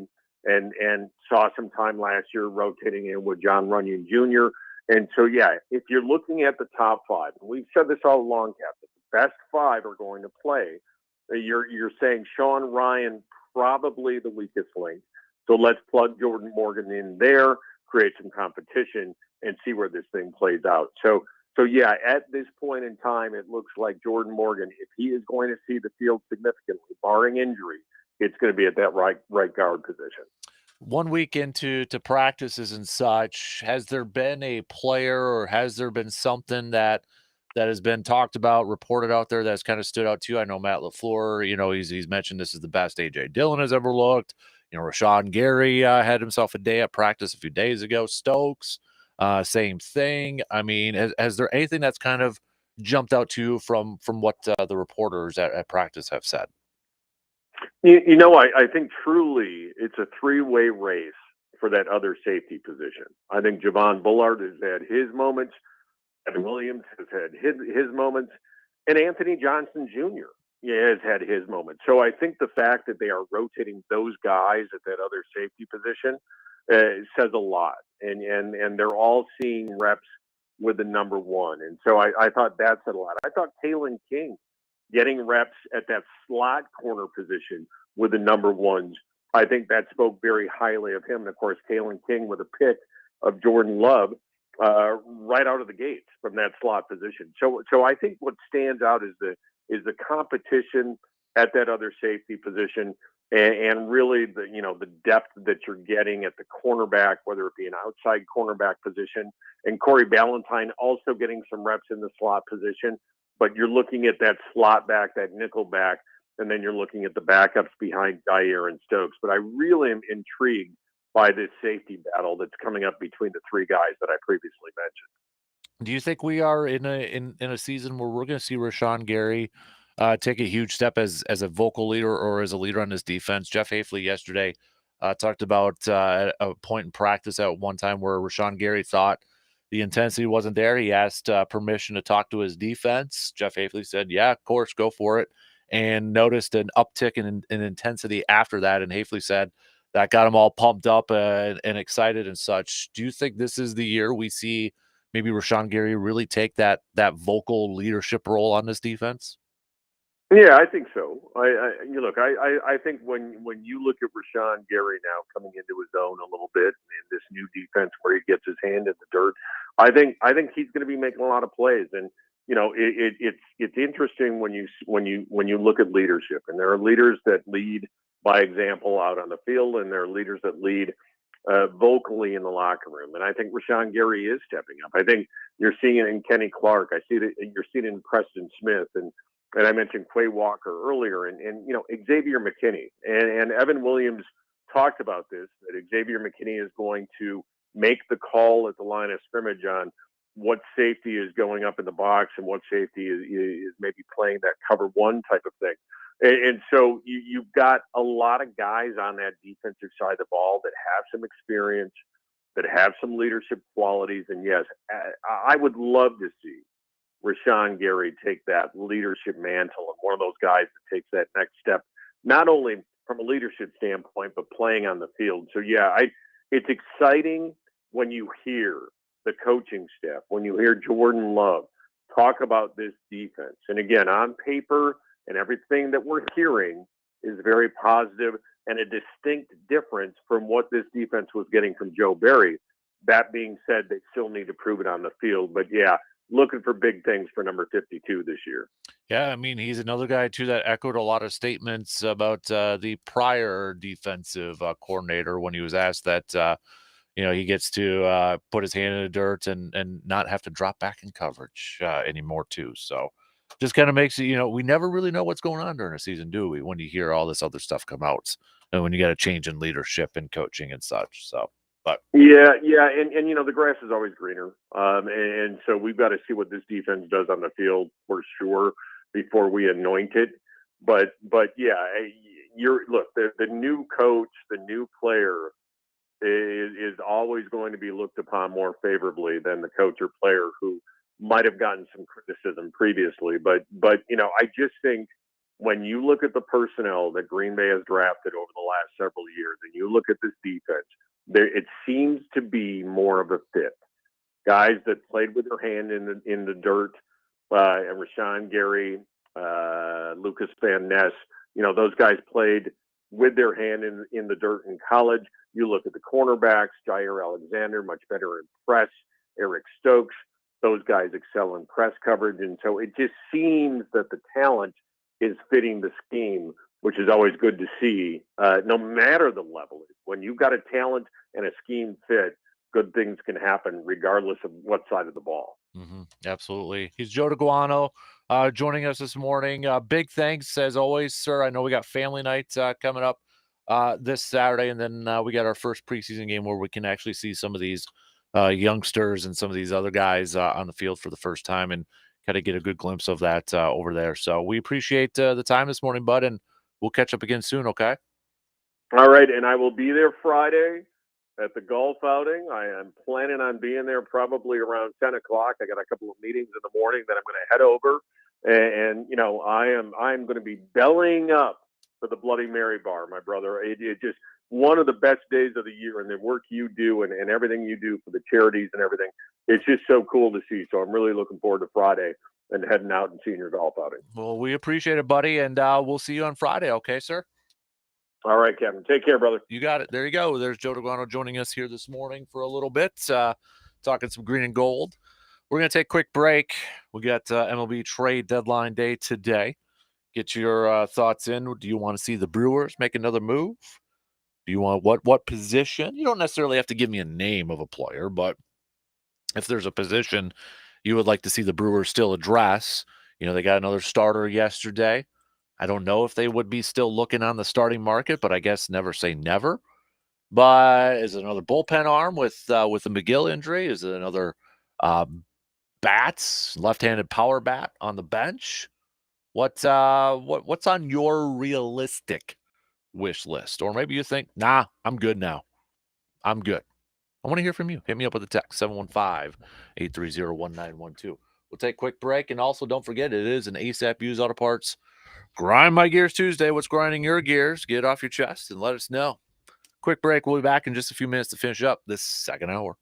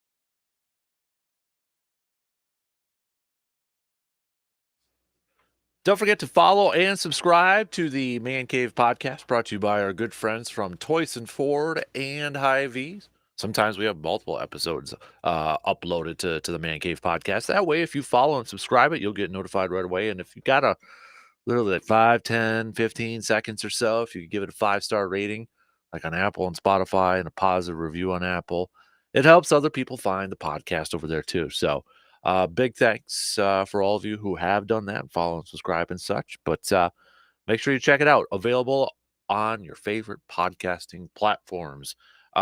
Speaking of Toys Forward and such, we'll be talking with the Eau Claire Express coming up just past 8 o'clock. The Eau Claire Express had a fantastic weekend this past weekend. 4 wins in a row. Boy, they like to hit grand slams, don't they? Taking a page out of what the Brewers are doing a little bit earlier this year. But the Express, playing some really good baseball right now, have positioned themselves to just 1.5 games back of first place in the division. 1.5 back from Duluth. And they got Duluth coming to town here at the back end of this week. But still, you got games against La Crosse starting tonight. Got to focus on that. But fantastic last few days here for the Express. And really that division, that Great Plains East division, has kind of turned around here a little bit. Thunder Bay was in first, then the Express took them down, and now they've dropped down in the standings and such. So it's a tight race for sure with these final couple weeks of the regular season to go. And when you're looking at the schedule, if you want to get to Carson Park and make that a home field advantage for the Express, got a big weekend coming up starting on Thursday. Okay, Duluth comes to town. Friday, Duluth, and then Saturday and Sunday, Thunder Bay again before the Express head on the road with 4 games against Thunder Bay, and then they wrap up their season with that 2-game series against Madison. So looking at it, you just got 3, 4, 5 more home games coming up here for the Express for the regular season here. So get on out to Carson Park, make it a home field advantage for this team, so we could be talking about a second half division championship and in a postseason spot over there. So we'll talk with the Express coming up just past 8 o'clock, and then after that, we'll talk with RJ Cardinal. Badger football camp day 1 today. They're at Platteville getting ready for their season, so we'll hit that up with RJ. Also, I want to get his thoughts on so ESPN's been doing this top 25 ranking list. They was it last week they did the NFL top 25 NFL players from 2000 to now. Earlier they did the top 100 athletes. Was it the 21st century or the 21st century? And now they've got the ranking the top 25 college football players since 2000. And they got a couple Badgers on here. Joe Thomas comes in at number 12, and then Jonathan Taylor comes in at number 25. Did they miss anybody? Did they miss any Badger? Did they have the right Badgers in there? Number 1, they've got Ndamukong Suh as the number 1 top college football player. Baker Mayfield came in at number 2. Cam Newton 3. Vince Young 4. Ed Reed came in at number 5. Tim Tebow at 6. Reggie Bush at 7. Bryant McKinney 8. Joe Burrow at number 9. Larry Fitzgerald 10. Terrell Suggs at 11. As we mentioned, Joe Thomas at 12. Khalil Mack at 13. Aaron Donald 14. David Pollock coming in at 15. Deshaun Watson. Roy Williams, the safety, coming in at number 17. Kyler Murray 18. Devontae Smith, the wide receiver, at 19. Lamar Jackson, 20. Justin Blackman, 21. Will Anderson Jr., number 22. Tyrann Mathieu, the Honey Badger, at 23. Then Julius Peppers, 24. And then Jonathan Taylor. The first 10 out: Michael Crabtree, Dwight Freeney, Robert Gallery. Remember Robert Gallery, Iowa Raiders? Robert Griffin III, Calvin Johnson, Derek Johnson, Luke Kuechly, Trevor Lawrence, Marcus Mariota, and Christian McCaffrey. That was not in ranking order. That was in alphabetical order for the first 10 out. So maybe we'll throw in, if you had to pick maybe one out of the first 10 out, who would you put in and who would you sub out? Have a little fun with that. So your thoughts, let me know. Hit me up with a text, 715-830-1912. It is MLB trade deadline day today. Tonight there, we'll see if the Brewers or or Twins or any other teams make any moves before the deadline at 5 p.m. tonight. The Brewers making that move. Frankie Montas from the Reds coming on over. The Brewers sending back Joey Weimer and Jacob Junis along with cash to acquire Frankie Montas. I'm going to quote again our good buddy, Mr. Brandon Berg. Me personally, I'm kind of meh on it a little bit. I hope it works out. I mean, you got another starter. Brewers are probably going to set their franchise record now of different pitchers to start a game. They've had 16 different starting pitchers, and assuming Frankie's going to get a start, that'll be 17 different starting pitchers. And honestly, with August and September still to play, could they get up to 20? Could they get 18, 19 over there? I guess don't fully count it out at this point in time, but will they get another bat? Maybe a left-handed power bat to come off the bench. What is your realistic wish list? Or are you satisfied with what the Brewers have done, before the deadline? When you factor in they got Mears from the bullpen earlier, a couple weeks ago, Aaron Savali and such. Or are you satisfied? Are you satisfied with everything right now? Or maybe you're never satisfied. Brewers did pick up the win last night, 8-3, thanks to home runs from Rhys Hoskins, Willie Adames, and Jackson Cheerio, all hitting home runs. Those three seem to be playing really well as of late, especially Rhys Hoskins. Kind of getting in a groove right now. Jackson Cheerio is really hitting well from the plate in his last few games here. The rookie has been fantastic, just hitting in his last 7 games just a skosh under 400 with a batting average 393, I believe. So the Brewers will try to get a series win tonight, at least a series win tonight. When they are back at it, you can catch that game at 105.1 FM and 790 AM. First pitch is going to be at 7:10. They're going to be going up against Mr. Elder from the Atlanta Braves, who is 1-4 so far this season. 6.35 ERA for Bryce Elder. Little bit of experience. It looks like a couple games worth when we look at the lineups here. Adames has had 5 career at bats and no average. Contreras 167 career average, a 500 OPS and 6 at bats. Bryce Terang's 2 for 4 against him, including a home run. I mean, if you want to throw that one in there, but Bryce is coming off of a loss against the St. Louis Cardinals back on the 20th, where he pitched 5 innings and he gave up 6 earned runs, but he did strike out 9. He struck out 9 in that contest, but definitely looking for a bounce back performance. You look at his last couple of games prior to that, Arizona back on the 8th, he went 5 innings, giving up 3 earned runs. Then the Cardinals back on the 26th of June was another loss, but he went 6 innings and only gave up 2 earned runs in that contest. So, so far he's just had those 2 games in the month of July, 1 in June. So we'll see what version. He started off April, pretty darn solid, but kind of been all over the place a little bit here too. And we know the Braves that's another team that has been really hit by with some injuries, and they may be looking for maybe some more starting pitching by the trade deadline coming up at the end of the day here. So, all right, shot clock's going to cut me off here in a minute. We'll launch the other matchup in our most underrated Wisconsin sports athlete bracket challenge of all time here. We got Jim Gantner going up against Ben Sheets right now. Facebook, Ben Sheets is leading. He's got 53% of the votes. And on Twitter, Ben Sheets is also leading, 57.9% of the vote. I thought Jim Gantner was gonna win this one, but right now my votes don't count. You, the listeners, you're the ones that vote. So who do you got?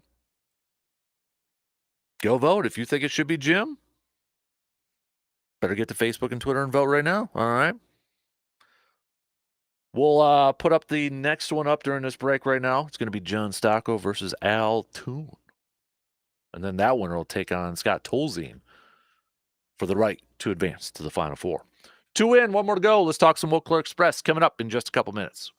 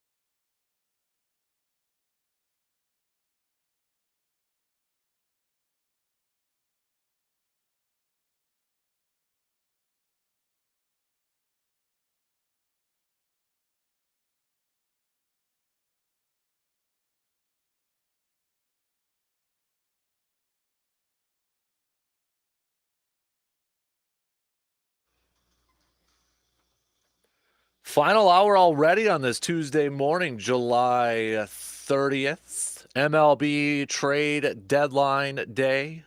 We'll keep you posted if anything happens in the next hour or so here. whether it's for the Brewers, Twinnies, or anybody else out there. We'll keep posted if any moves kind of happen to come down the wire here. But we know teams in the last 48 hours have been making some moves here and there. But we'll see if maybe like the Garrett Grochettes or those of the world end up getting moved on later today. We'll talk some college football also. Fall camp for the Badgers opening up at Platteville today. So RJ Cardinal, our Badger analyst, will be joining us at the bottom of the hour. But we begin, as we usually do every Tuesday, catching up with our good friends from the Eau Claire Express. And joining us in studio is the owner himself, Mr. Craig Toyson, off of a fantastic weekend for the Express. First off, before we get to that, do you want your Twins to make any moves by the deadline today? I hope so, but Yeah. it doesn't sound very likely. I've heard consistently hamstrung by payroll. Yeah. Is what I've consistently heard. So, yeah, I don't know how it's going to go. Yeah, well, it's kind of a seller's market right now. It seems is. like. Yeah, so.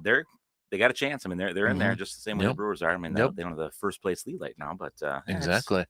Be interesting to see it. Deadline spur actions, right? So Exactly. We'll see. But I mean, you guys for the Express last weekend. First of all, what is it with you guys and hitting grand slams, man? I don't know. It's been crazy. We've kind of joked and I've called a couple of them, which has been kind of fun because they look like a soothsayer, which is pretty fun. But on Saturday night's game, I think it was, I said, well, it's been 24 hours since we hit one, so I think Ethan's due here, and boom, puts it over the fence. So, 62 home runs in the year. I mean, shatters the team record. Yeah. 43 of them at home, which I should really look. That's got to be close to a league record. I mean, 43 home runs at home is absurd. Wow. 9 grand slams. I mean, it's just been. It's to the point if you're an opposing pitcher and you got bases loaded, you're feeling like, oh crap. Yeah, you might just want to go the Barry Bonds route. Right. Yeah. Guys. Yep. Exactly. So I mean, but a weekend too where this division, your division, the Great Plains East, is so tight. It is jam packed right now. Yeah, and the weekend you guys had winning 4 in a row. It's really kind of changed. I mean, it's flip-flopped the standings. Thunder Bay was at top. Now they're below you guys. You guys are in second place. Duluth is up there, but you're just 1.5 back. You got Duluth coming up at home later in the week. I mean, yeah, this is kind of a crazy watch, but I mean, as a baseball fan, you kind of have to enjoy it too because you're a lot of scoreboard watching, but it's kind of like the playoffs right now. It feels like. Yeah, and there's teams that are streaking. There's teams that are falling apart. We've got. We're finishing up a doubleheader tonight, finishing up our 4th of July game down in La Crosse tonight, and then doing another game and another game tomorrow. They've lost 7 in a row, so they've got to turn things around before they hit the playoffs because they won the first half. We can't seem to make up any ground on Duluth because they keep winning games too. They've won 3 in a row. We've won 4 in a row, both 7-3 in our last 10. So yeah, it's been fun. Looking forward to playing Duluth again. It's a great rivalry. Anybody who's at a game a couple weeks ago where I got to take away a bat from a fan that went up the crowd. I did change out the bat, but saw the booing from about 2,000 people in attendance. It was it's a heated rivalry, so I think it'll be fun to get out there and see the players play against each other with a lot on the line. Right, exactly. So I mean, have you kind of sensed that from the players too, like? The momentum that they're riding, and they know what's at stake right here with the final couple weeks. Can you sense it from the guys too? That you can really feel. I mean, there's guys. This is the kind of time of year where some guys have to start going back to head to school. They transfer to school, so you do start to lose some guys, and we've lost some guys, but guys coming in fresh too, which is kind of fun to see. But the guys who have been here for the whole season, gone through the grind, know they're playing for something, and they can really start to feel it. And they live with host families who are really heavily involved, heavily invested in the team. They know how much it means to them. They can feel the crowd there. And I think when you do look at like those home run numbers, 43 at home, 19 on the road, they feel the home field advantage at Carson Park when that grandstand is packed. It's loud and it's a fun place to be, and the players feel that. Absolutely. So especially when you do hit a bunch of home runs and grand slams like that too. Doesn't hurt. I know this was a couple weeks ago too, and I asked Dale about this too. But obviously pitching for all the teams has been kind of hit and miss. But I mean, you had a couple outings just a couple weeks ago from some horses on the mound for you guys. Yeah, Cole wrapped up for the year, Selvig, but it was great to see him pitch. I mean, he's moving to the University of Minnesota next year. It'd be fun to have him a little closer to home and watch him play. But he had a couple great outings down the stretch here. Ryan Speshak from Stanford has really found his mojo and has pitched great the last couple outings he's had. Evan Esch had a great start for us. So it's been great to see a little bit more consistency from the starting rotation and the guys getting that opportunity. And some of the guys we brought in the second half here have been great. Zach Diver has pitched really well. So I mean, there's been some great arms out of the bullpen, and we've had some pretty fantastic plays to help mask a couple things too.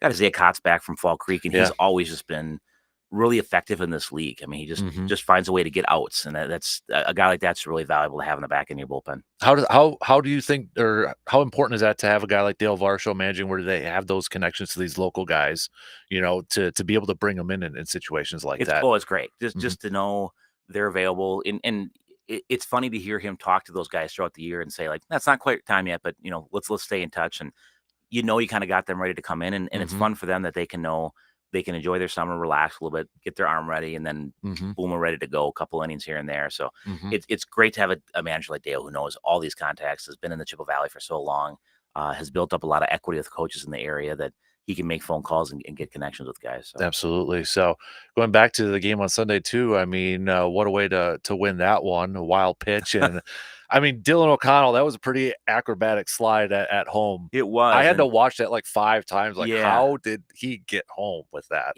First of all, so it's a pass ball, which 99% of the time is an easy run standing up. No one even covers the plate. Obviously, this is a situation. It's the extra innings, tie ball game, runner on third base.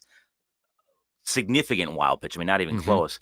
There is about a 3-inch gap underneath the padding at Carson Park where there's exposed concrete. It hits that exposed concrete, pops right back up to the catcher, and he turns around. And if anybody was at the game on Sunday, they saw how hard the catchers worked. Tom Otto from us, 5th-year senior from UW Milwaukee, and the Waterloo catcher. I mean, they looked like they jumped out of a swimming pool. Yeah. And turns around, makes the play, dives at him. First glance, I thought he was out. I thought he was cooked. I thought, oh, no, we're going to the 11th inning here. I always say you have to look. The umpire nobody had a better view of that play than the umpire. He called safe. He felt very confident in his call. You could see the way he called it. Obviously, the Waterloo catcher was not happy, if you've seen any of the feeds on my Twitter or the Express Twitter. Yep. But watching the replay over and over again, Dylan came in. It looked like he pulled his hand back, kind of twisted around, got his hand underneath there. It was a bang play, 50-50 play. They go both ways. Watching the replay, I don't know if you could overturn it if you wanted to. I mean, it's just kind of the initial call is a call. And like I said, we can all see where we were. I was along the first baseline at that side. Host families, a lot of them are on the third base side. Talked to them after the game. My dad's right behind home plate. I mean, we had all different opinions. And some people watching the game said, I thought he was out. I thought he was safe. Nobody was closer than the umpire was. He called safe. Yep. Let's take the victory and get the heck out of there. Exactly. I mean, I was pausing that thing. I'm like, because he looks like Dylan was like, film, like just like he kind of contorted his body this way. And I'm like, it was pretty darn athletic. It was athletic. Yeah. It was a, I don't know if it was the best baseball I've ever seen in the course of that game on Sunday, but it was a fun, thrilling game that went both ways. Again, a lot of home runs, some big time defensive plays, and, comebacks and tying up and staying tough for the game. So it's obvious both teams want to win that game. It was a big game for both teams. Right. Exactly. And I think that's, as you mentioned too, the emotion from the catcher from Waterloo. I mean, it's like playoff baseball right now. Yep. They're feeling it. Yeah. It's awesome. Definitely. So got lacrosse. And as you mentioned, they are the first half champs, going through a little bit of a tough spell here, but you got to imagine too, like you mentioned, they probably would want nothing more than to beat you guys, a little bit of a rivalry, but also to get back on track here as they get to the postseason. So you want to make sure that you're going in on a positive note. And I was at the All-Star break. At the All-Star game in Mankato over the break here, and talked to Ben Kopinki, one of the owners of lacrosse, and said, I know you'd love to beat us, but at the same time, I know you're rooting for us. He goes, oh, absolutely. I'd much rather go to Eau Claire for playoff baseball than go to Thunder Bay. So, or even Duluth. So we're get along really well, but would love nothing more to beat lacrosse. Absolutely. And then you got those home games coming up, and I mean, I think that Grateful Dead night that you got coming up on August 1st is going to be a good one there too. So yeah, I wish we'd have done it last year because it'd been fun to have Bill Walton in the crowd. I know, right? That's this was the first person I thought of, him in his tie-dye T-shirts. Yeah, my son and I met him at the Final Four in the Twin Cities, when that was a couple of years ago. And absolute gentleman. If anybody had a chance to listen to him in an extended interview, Bill Walton was an all-time interview. But Grateful Dead night should be a lot of fun at the ballpark. Yep. And then the Superstars are always a good time. Yep. Always a good time. Those are coming up on August 2nd, I believe. Yep. Right? Yep. August 2nd. And then I know you've got your fan appreciation coming up on April 10th, which I know there's a couple weeks from here now too, but it's gonna be here before you know it, man. End of The the regular season has season. flown by. I just Yeah, I can't know, believe right? five home games left. It's crazy. Kind of different though too. Last year where you didn't have any rain. This year you've had to deal with some rain off and on Yeah. a little bit, and Yeah. obviously you're making one up tonight, and it has to be on the road. But that's kind of summer baseball in a nutshell, isn't it? And it's not been unique to the Eau Claire Express. I know Fond du Mhm. Lac has had issues. Kalamazoo had to cancel games because of their stadium flooding. The Kalamazoo River flooded so bad. So Waterloo's had a brutal stretch of weather. They had to play last night, even though it was a schedule off night for the entire league. So Mhm. yeah, it's just been a weird weather year in the Midwest. So it's not unique to us, but making the best we can. And now we are in the dog days of summer where it's 87, 85 degrees. Yeah. And humid, and you can see those California boys think they know heat until they come here and feel Wisconsin heat. So yeah, That's right. So, I mean, do we know of any players right now that are going to be leaving anytime soon? I know you mentioned some have. Do you know off the top of your head of like any leaving anytime soon? I know or is it- Dylan Knowles has to take off. He's got I think he's got a wedding he's going to attend, so I don't think he's going to go to Thunder Bay. So he'll miss like the last home game of the year. But Okay. so I know that one's coming up. But otherwise, I think that's probably about it. I think Ryan Speshak's got one more start with Stanford, then he's got to take off. He's going to reach his innings limit. Want to be respectful of that with college coaches, and be thankful that they send such great arms to us. And Right. I think he's got a chance to be a midweek starter or a weekend relief pitcher for Stanford this year, which is a pretty Yeah. big accomplishment for a young guy in the college ranks. And it'll be interesting to see Stanford this year with the Pac-12 gone. They're playing ACC baseball this year, so That's a right, lot yeah. of travel for those guys. So Yeah, no kidding. I forgot I about hope they've that enjoyed part. these bus trips because they're going to have just as long a plane ride. So. Has there been anything, now that I don't want to say we're at the end of the season, but from the beginning, which I can't believe was in May, it just seems like that was yesterday. Has there anything been about this team that's really kind of stood out to you as you've watched them? I mean, obviously a lot of offense. Mhm. When you talk to probably a lot of fans, they're going to mention the home runs and the grand slams and all that. But from your perspective, maybe something us normal fans don't see. Has there been something that has kind of jumped out to you about this ball club, this particular club? I really like to see the relationships that get developed. So Brady Reynolds lives with us, player from Stanford, great kid. And to see the guys that he's befriended on the team, he and Ethan Ferris to become good friends at Texas State, and you see the relationships that all those guys build. And following this is our third year here, following those guys after the season ends, and following the guys that were with us the first year, how they still are on each other's Instagrams all the time and commenting on stuff and posting photos of each other and things like that. It's cool to see those relationships come together. And I think people don't realize what a brotherhood this is. And you see players from 15 years ago. Our Rollins rep is actually a former Express player, so he Nice. reps Rollins to the whole Great Plains division here. And so I talked to him at the All-Star game, and he still talks to so many of the teammates that he played with over the years. And it's just cool to hear that brotherhood that comes from this kind of season. And it's a grind. We've always said that. We don't claim it's anything different, but through that, bonds form. So it's pretty cool to see those guys come together. Absolutely. Has Pete recovered from that call on Sunday, by the way? The first image I had when I was listening to Pete's call was like the Sandlot at the end when Smalls is calling Benny safe at the Dodgers game. Yeah. That's how I imagine Pete in the booth there, but Yeah, we love Pete. So It's a tough one for him on those days because the way Carson Park is configured, we have AC on the one end because we have to have it there because of all our computer equipment. Yep. But there's just no way to AC that whole thing. He's got to have the window open so he can see the action. But he had the back door open to get some breeze through there. Otherwise, it gets stifling hot up in that crow's nest. And Yeah. the sun was shining on his back. He always wears it's this tradition. He always wears his black cage jacket, Yep. Eau Claire Express jacket. So he's got that going. So he comes down after the game and he looks like he's played the game. He's just covered in sweat. And like, is talking that hard, Pete? Oh, it's hot up there. It's hot up there. So, he is one in a million. I'm so thankful to have him here calling our games. He's a historian. Has a lot of reverence for the history of the Express. It's great to hear the stuff that he does and comes up with and the things he tracks. And it's fun to get random texts from throughout the week of like, hey, did you know this stat about the Express? And he's great. He does a great job on the call. He's such a professional guy, and it's awesome. I love his stat sheets that he'll send, for series or for a game. Very organized. Yeah, he's ridiculous. Yeah. Yeah. Yep. Whenever I'm like, holy moly, Yeah. to get that. So, speaking of Saturday, I know this past Saturday, there was some representatives from Parks and Rec getting some input. Yeah. For Carson Park and such there too. Did that go well on Saturday? I think they got some good feedback from fans. They left postcards that we could have distribute in the concession stand that we gave to people to say, hey, scan this QR code and Mhm.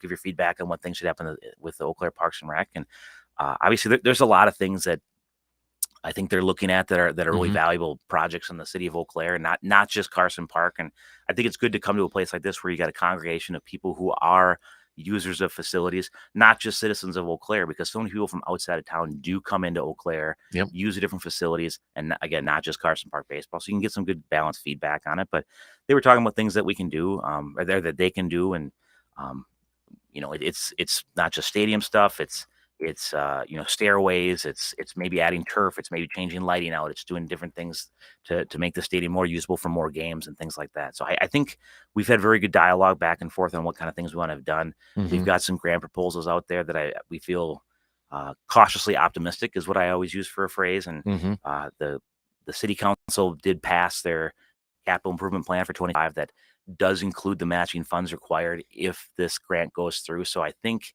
knock on wood, if everything goes as we could hope it does, we might see some shovels in the ground at Carson Park. Dale and I are working on new dugouts. I've interviewed a lot of coaches and players throughout the summer saying, honest feedback, where do our dugouts rank in the Northwoods League? And I always hear last place or second to last. Ours are Waterloo. So we know we got to get some stuff done there. They protect nothing against weather, sun, Mhm. rain.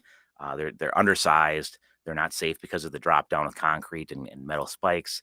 There's not really good sitting. You can't sit and see the action. You can't stand up and see the action. So, looking to get those done sooner rather than later, maybe even this fall. So we got a lot of things planned. I know UW Mhm. Claire would like to play more games up at Carson Park in the spring. That would take maybe some changing to the playing surface, but uh, the upside of it is everything planned and makes Carson Park better. Right. That's what we're hoping, and we want to make sure that it's usable for generations to come because it's a historic, great park. You see it when the opposing teams come in, they all stop out at that plaza. I mean, these Mhm. are college D1 athletes that have been around baseball their entire lives. It's a big deal to play at Carson Park. When you see Hank Aaron's statue up front, there's an amazing history here that we need to lean into, and I think we're Mhm. going to continue to lean into because it just really sets Eau Claire and Carson Park apart Yep. from a lot of the cities in the upper Midwest. Well said, sir. Well said. So, on the road tonight against Lacrosse again. They'll be back this weekend. Big weekend against Duluth. Make sure you get on over to Carson Park. Make it a home field advantage. Over there, you got Grateful Dead night on the first, the Superstars, and then the Valley night coming up on the third there. So, Yeah. make it a home field. I got to give a shout out. I don't know who's in charge of your playlist, but every time I've gone there, solid. It's giving me shout outs to when I was like in college or in high school, Awesome. and I'm like jamming out to it. So, Well, the players choose their own walk-up songs, so that's yeah. always, you're going to hear a little bit more contemporary music there, but otherwise, It's like between the we try innings to and all understand that. who Yeah. our fans are in this crowd. And Oh, I and, was yeah. jamming out the Yeah. other night. I'm like, I think I even put it on Twitter. I'm like, celebrity signing Pete Justice, but the real superstars, whoever's doing the playlist over there. So it's been a lot of fun so far. And it's going to be a lot more fun too because we still got some games coming up here too. Absolutely. So, Greg, appreciate it as always, man. Thanks Appreciate for having me. stopping in, and we'll be keeping on taps. And hopefully next week we're talking about maybe even first place. Playoffs. Are you kidding me? Playoffs? Right? Yeah. Hey, never know, right? So, dude, appreciate it as always. Thank you for all you do for baseball and for the Express. We appreciate it, man. Thanks, Dan. We're gonna take a quick break, and RJ Cardinal is gonna be joining us. We'll talk some college football with the Badgers opening up day one of camp at UW Platteville. That'll be coming up after these few words.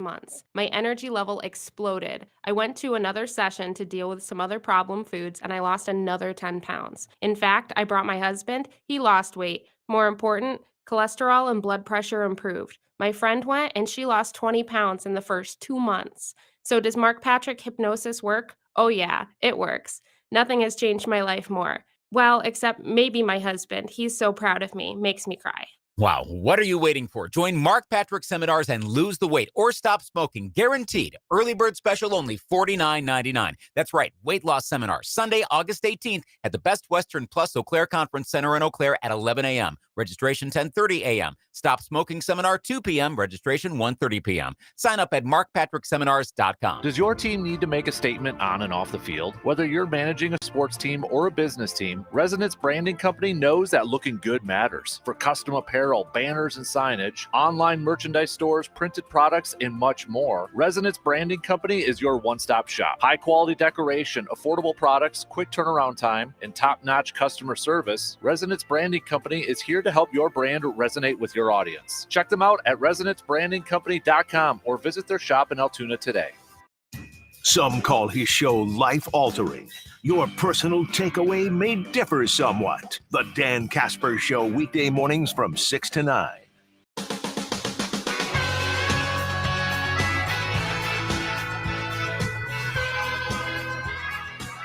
Big thanks to owner Craig Toyson for the Eau Claire Express for stopping by for our Eau Claire Express segment. If you missed any portion of that conversation, it'll be up in the latest episode of the All Aboard the Eau Claire Express podcast, available wherever you listen to your podcasts.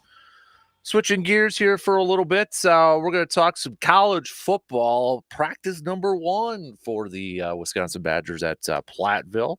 Perfect time to bring in our guy, Mr. RJ Cardinal, joining us this morning. Happy first day of practice there, RJ. How you doing, bud?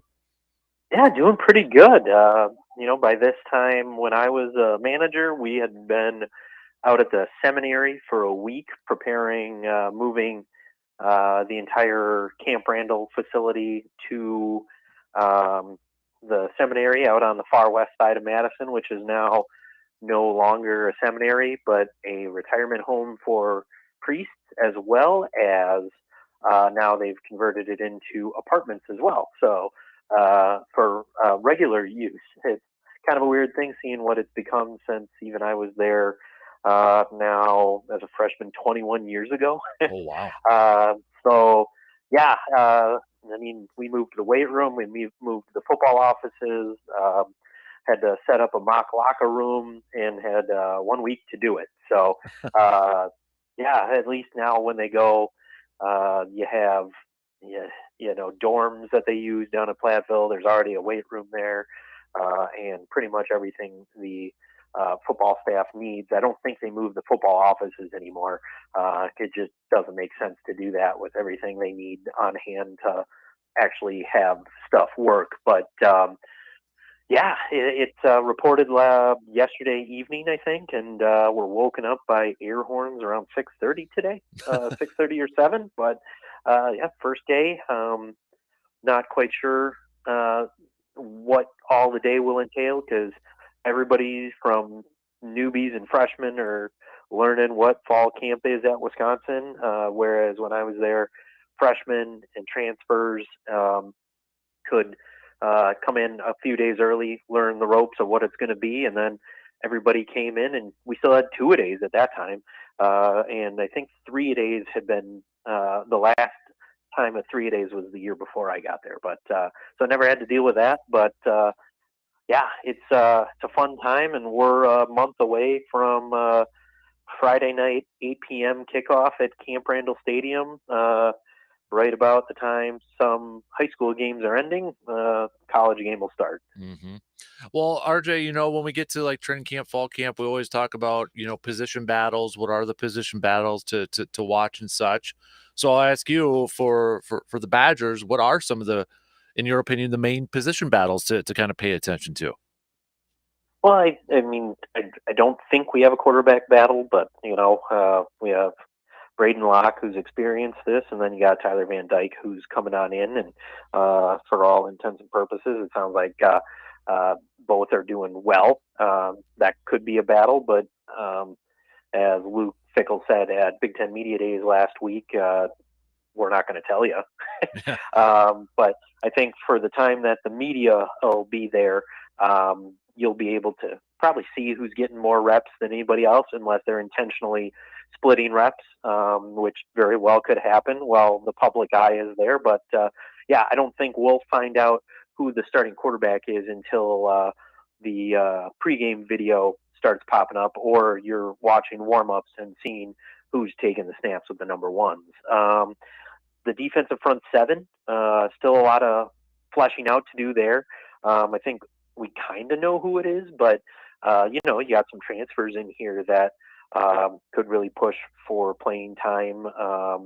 Guy from William and Mary, dude that came in, flipped but didn't flip, had a horrible person for a quote-unquote agent, and Leon Lowry come in, and some of these guys could be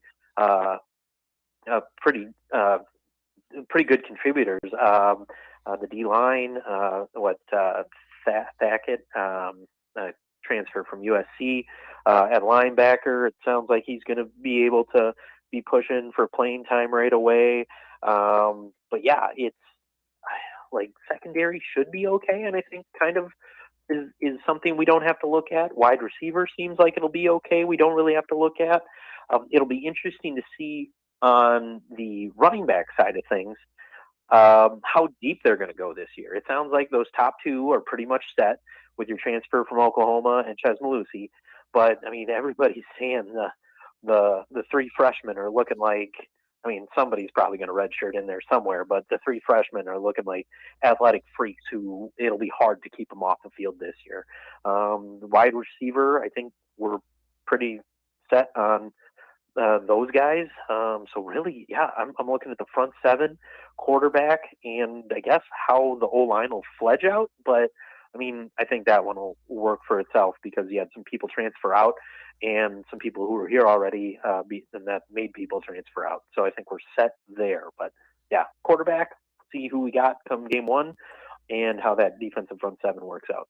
I know it's kind of early to do this, but it kind of just developed last week when we were talking about a little Badger football and such. And we had, some listeners kind of chime in, say, where should that line be this year for this team? Is it like a 3-loss season, or what would you be satisfied with for the outcome of this Badger football team this year? And I know it's kind of early like that, but it's kind of a unique year. I think, last year there was so much excitement, right? Heading into the season, the Luke Fickell era coming in and didn't lived up to a lot of the expectations that a lot of fans out there had for that team last year. So you look at year two, when you look at this team and knowing that, hey, they got a really tough schedule. You got Alabama, now you got, USC and Oregon coming over to the conference. How do you view year two of the Luke Fickell era, and what are, I guess, maybe some of your early season expectations? Well, if you come out of your first 4 games at 2-2, I don't think it would shock anybody. But then those next 3 before you play Penn State, you should be 5-2 going into the Penn State game at worst, because you can say Rutgers has improved. Purdue seems like they got a lot of figuring out to do. Sure, we lost to Northwestern last year, but it's one of those. I don't think we had the attitude that Luke Fickell was looking for all last year. We saw some people exit the program, and even players were talking about. We still had guys on this roster who weren't buying in, and some of those guys left. So whether it was graduation or they chose to leave to go elsewhere, it sounds like they were still trying to change a culture in year one. So hopefully that's figured out. But we've done it for the past couple of months on where you can go through and look at this schedule and say, where can you get some wins? Most people have pointed out there are 4 automatic losses to Alabama, USC, Penn State, and Oregon. But after that, there's winnable games there. So why not be able to say this team can go above Vegas's 6.5? I do definitely think there's 7 wins on this schedule for them, and when hopefully, like I said, at worst you're 5-2 going into back-to-back Penn State and then at Iowa.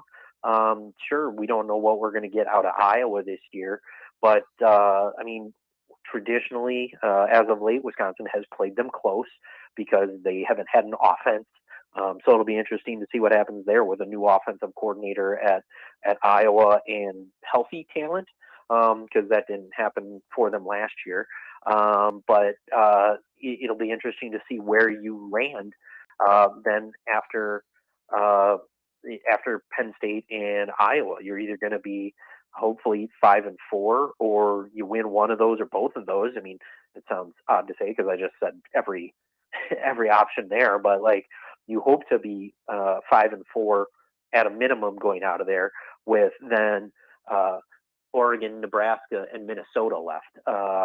So I mean, sure, that one of the ones I can probably say isn't going to be a win. Watching Oregon as they've been operating lately, I'm not even looking forward to that game. That could be a blowout at Camp Randall in November. Now, hopefully, November 16th ends up being a little more cold than Oregon's used to that late in the year, and we'll see how the West Coast teams kind of adapt to that when they come to the Midwest in November.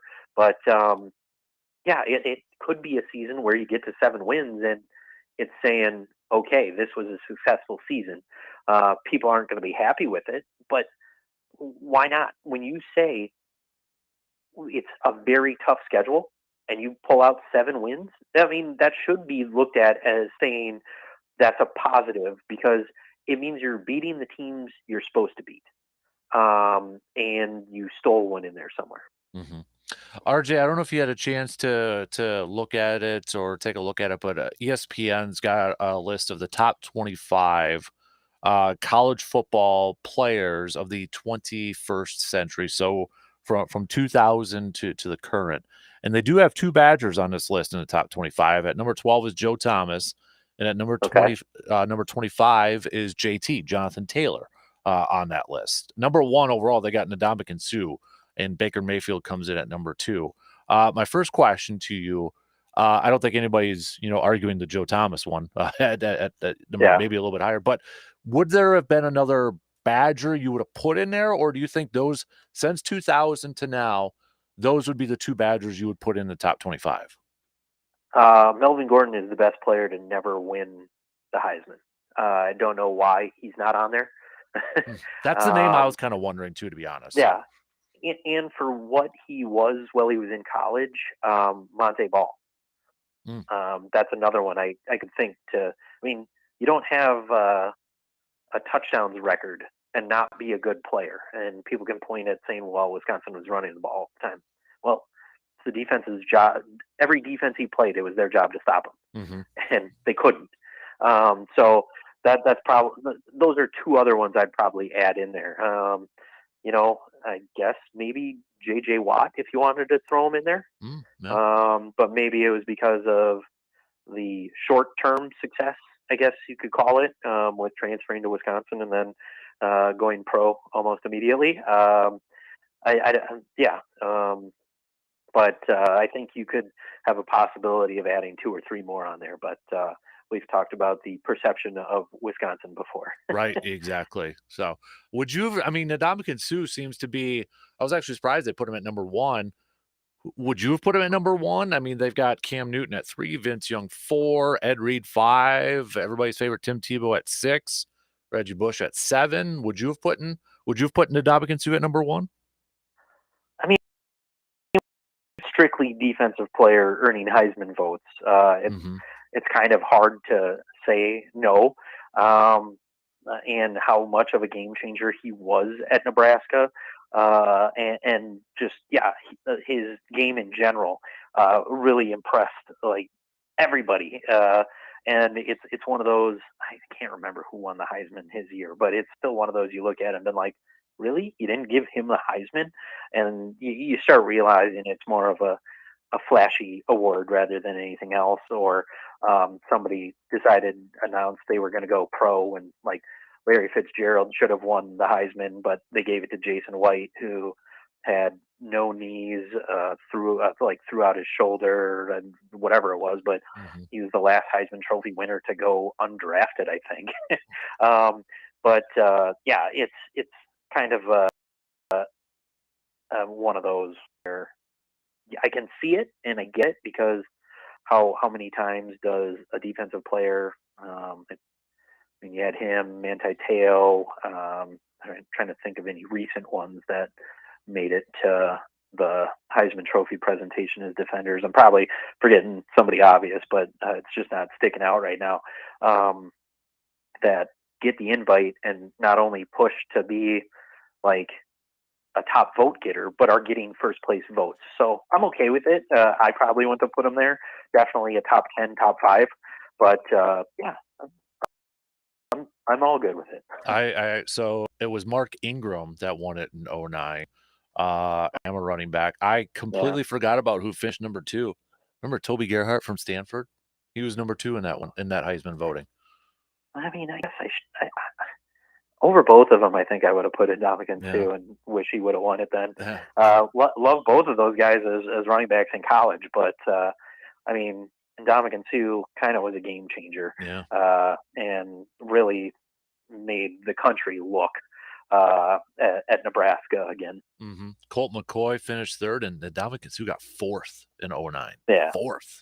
Well, I mean, at least he made it to the ceremony, so that's good. Yeah, no kidding. So, but yeah, I mean, I was looking, so they got a top 10, the first 10 out, if you will. And to me, that's a really, really impressive list. Just really quick, it was Michael Crabtree, Dwight Freeney, which is curious because Dwight Freeney was 98 to 01. So this is like, I mean, from 2000 on. Robert. Well, I mean, you could have put Ron Dane in there then. Right. Yeah. I guess you could have, really. So, was Donnell Pumphrey on that list? He is not. Oh, yeah. Crazy. The all-time, quote unquote, all-time leading rusher didn't make the list. That's odd. Robert Gallery. Remember good old Robert Gallery? Yeah.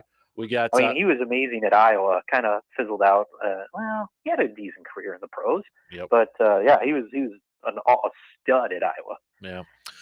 Robert Griffin III, Calvin Johnson, Derek Johnson, a linebacker, Luke Kuechly, Trevor Lawrence, Marcus Mariota, and Christian McCaffrey were the first 10. So.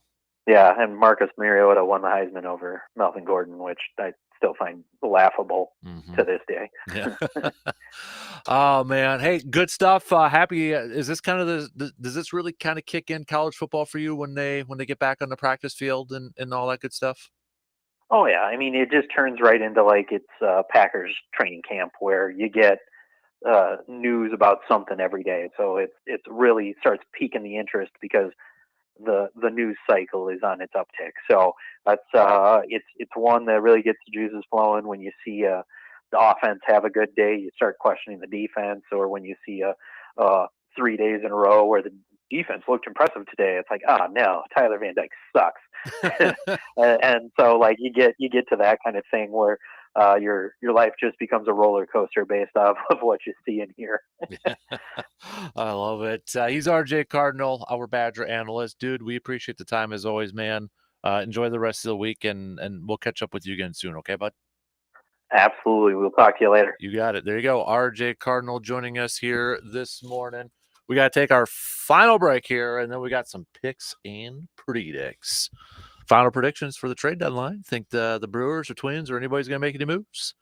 And then we'll pick some baseball games coming at you tonight, too. Final break. Then we'll be back in just a few minutes.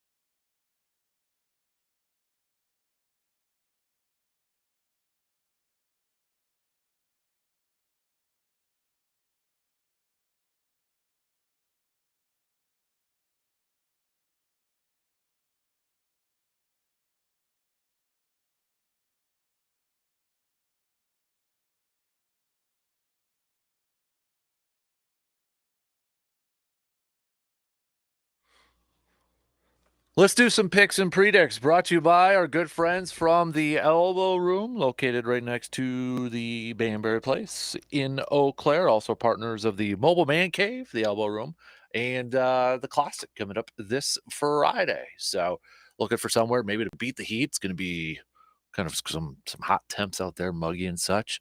Cool on down over at the Elbow Room and grab yourself a nice cold beverage too while you're watching some of the games or watching some of the events and such on TV. So let's go load up, baby. First of all, prediction time. Let's do a little predict. How about yesterday we did it, and I was wrong. I thought maybe the Brewers were going to make it today, and they ended up doing it yesterday. Now that they got another starter, you know what? I think they make one more trade today. And I think I'm going to say I think they go and get another bullpen arm with Trevor McGill now on the injured list. I think they trade for another bullpen. But I think that's my prediction over there. So, but we'll see. Trade deadline 5:00 today. Let's do some games now. Let's go with what do we want to start it off with? We got is that a day game already on Tuesday? Yeah, we do.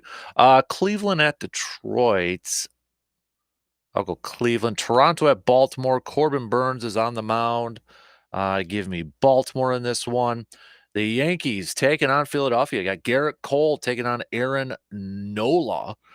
Yankees wiping the floor last Phillies 14-4 victory for the Yankees. I'm going to go Philly bounces back and picks up a win tonight. We've got the Twins at the Mets. Twins bounce back after getting trounced by the Mets last night. I think they pick up that win. Seattle at Boston. Give me the Red Sox. We've got a battle of two ageless wonders between the Rangers and the Cardinals. Max Scherzer versus Lance Lynn. Give me the Texas Rangers in that one. Let's go Pittsburgh at Houston. Man, give me Houston in that one, but I'm not confident. Dodgers at the Padres. I'll go with the Dodgers. And then finally, we've got the Braves taking on the Brewers. You know what? Give me the Crew tonight. Give me the Crew tonight to win and secure a series win. And maybe we can actually get a sweep tomorrow. Day game tomorrow, 1:10 first pitch tomorrow. Tonight's first pitch for the Crew is going to be at 7:10. 7:10. So those are your picks and predicts. Again, brought to you by our good friends, the Elbow Room, located on the west side of Eau Claire. West side of Eau Claire. So let's kind of wrap things up here this morning. Big thanks to everybody who chimed in with your Brewers takes. Do you think they need to make another move after acquiring another starting pitcher? A lot of you saying you'd still like to see another bullpen arm or another bench bat come in, preferably a left-handed power bat. So, but that kind of seems to where the majority of you are at, according to our texting line over there. What else do we got? We've got a lot of you also. Oh, quick update on how the voting is going for our bracket challenge for our most underrated Wisconsin sports athlete of all time. We got some interesting votes going on right now. I'll just say that. To the first one that we posted up this morning, Jim Gantner versus Ben Sheets. It's close. It's close. Right now, we've got Ben Sheets that's out to a slight lead over Jim Gantner, but is still too close to call. And then Al Toon is out to, I would say, a comfortable lead over John Stocco. So if that one holds up, it'll be Al Toon versus Scott Tolzien to win for who's going to win the Badger region and advance to the Final Four. Whoever wins between Ben Sheets and Jim Gantner will take on Giovanni Gallardo, and that'll be the winner to determine who goes to the Final Four and wins the Brewers region. We already know the Packers region. It's Amon Green versus Lynn Dickey in the championship, and then Steve Stricker will be taking on Terry Porter for the Bucks/Open region. So Our Elite Eight matchups will start tomorrow. We'll start to award Final Four spots for a lot of people out there. So, all right, what else do we got coming up tomorrow? We're already halfway through the work week. Making the turn on the week tomorrow. We'll do a little business of sports. We'll recap the trade deadline. Will there be any big moves, not only just from the Brewers or maybe the Twins, but other contenders out there? Will Garrett Groshette be moved? Will other big-time players be moved before the deadline today? We'll recap it all, and this is, depending on if anything else happens, this is the team. This is the Brewers team that they're going to put out there to try to secure that playoff spot, to make a deep run into the postseason as well. So, but we'll recap it all coming at you tomorrow there, and hopefully we're talking about a nice sweep against the Braves. That'll be nice to have that after this previous weekend series against the Marlins. Then the Brewers will have an off day on Thursday before they hit the road, take on the Nationals, and then a rematch against the Braves down in Atlanta. And then Brewers are going to be home for a while, starting on August 9th. They're going to be at home all the way through August 18th. Got a 3-game series against the Reds, 4 games against the Dodgers, and 3 games against the Guardians. Those 7 games against the Dodgers and the Guardians, big-time games. And after that, you got 3 games against the Cardinals on the road, too. So, I mean, we're shaping up. August is going to be a big month here for the crew. Man, looking forward to it. All right, shot clock is going to cut me off here in about 30 seconds. Again, if you missed any conversation with owner Craig Toyson, we'll have that up in the latest episode of the All Aboard the Eau Claire Express podcast. The Express are back in action tonight. Doubleheader against the Loggers. The Express, after a fantastic weekend, in a prime spot right now.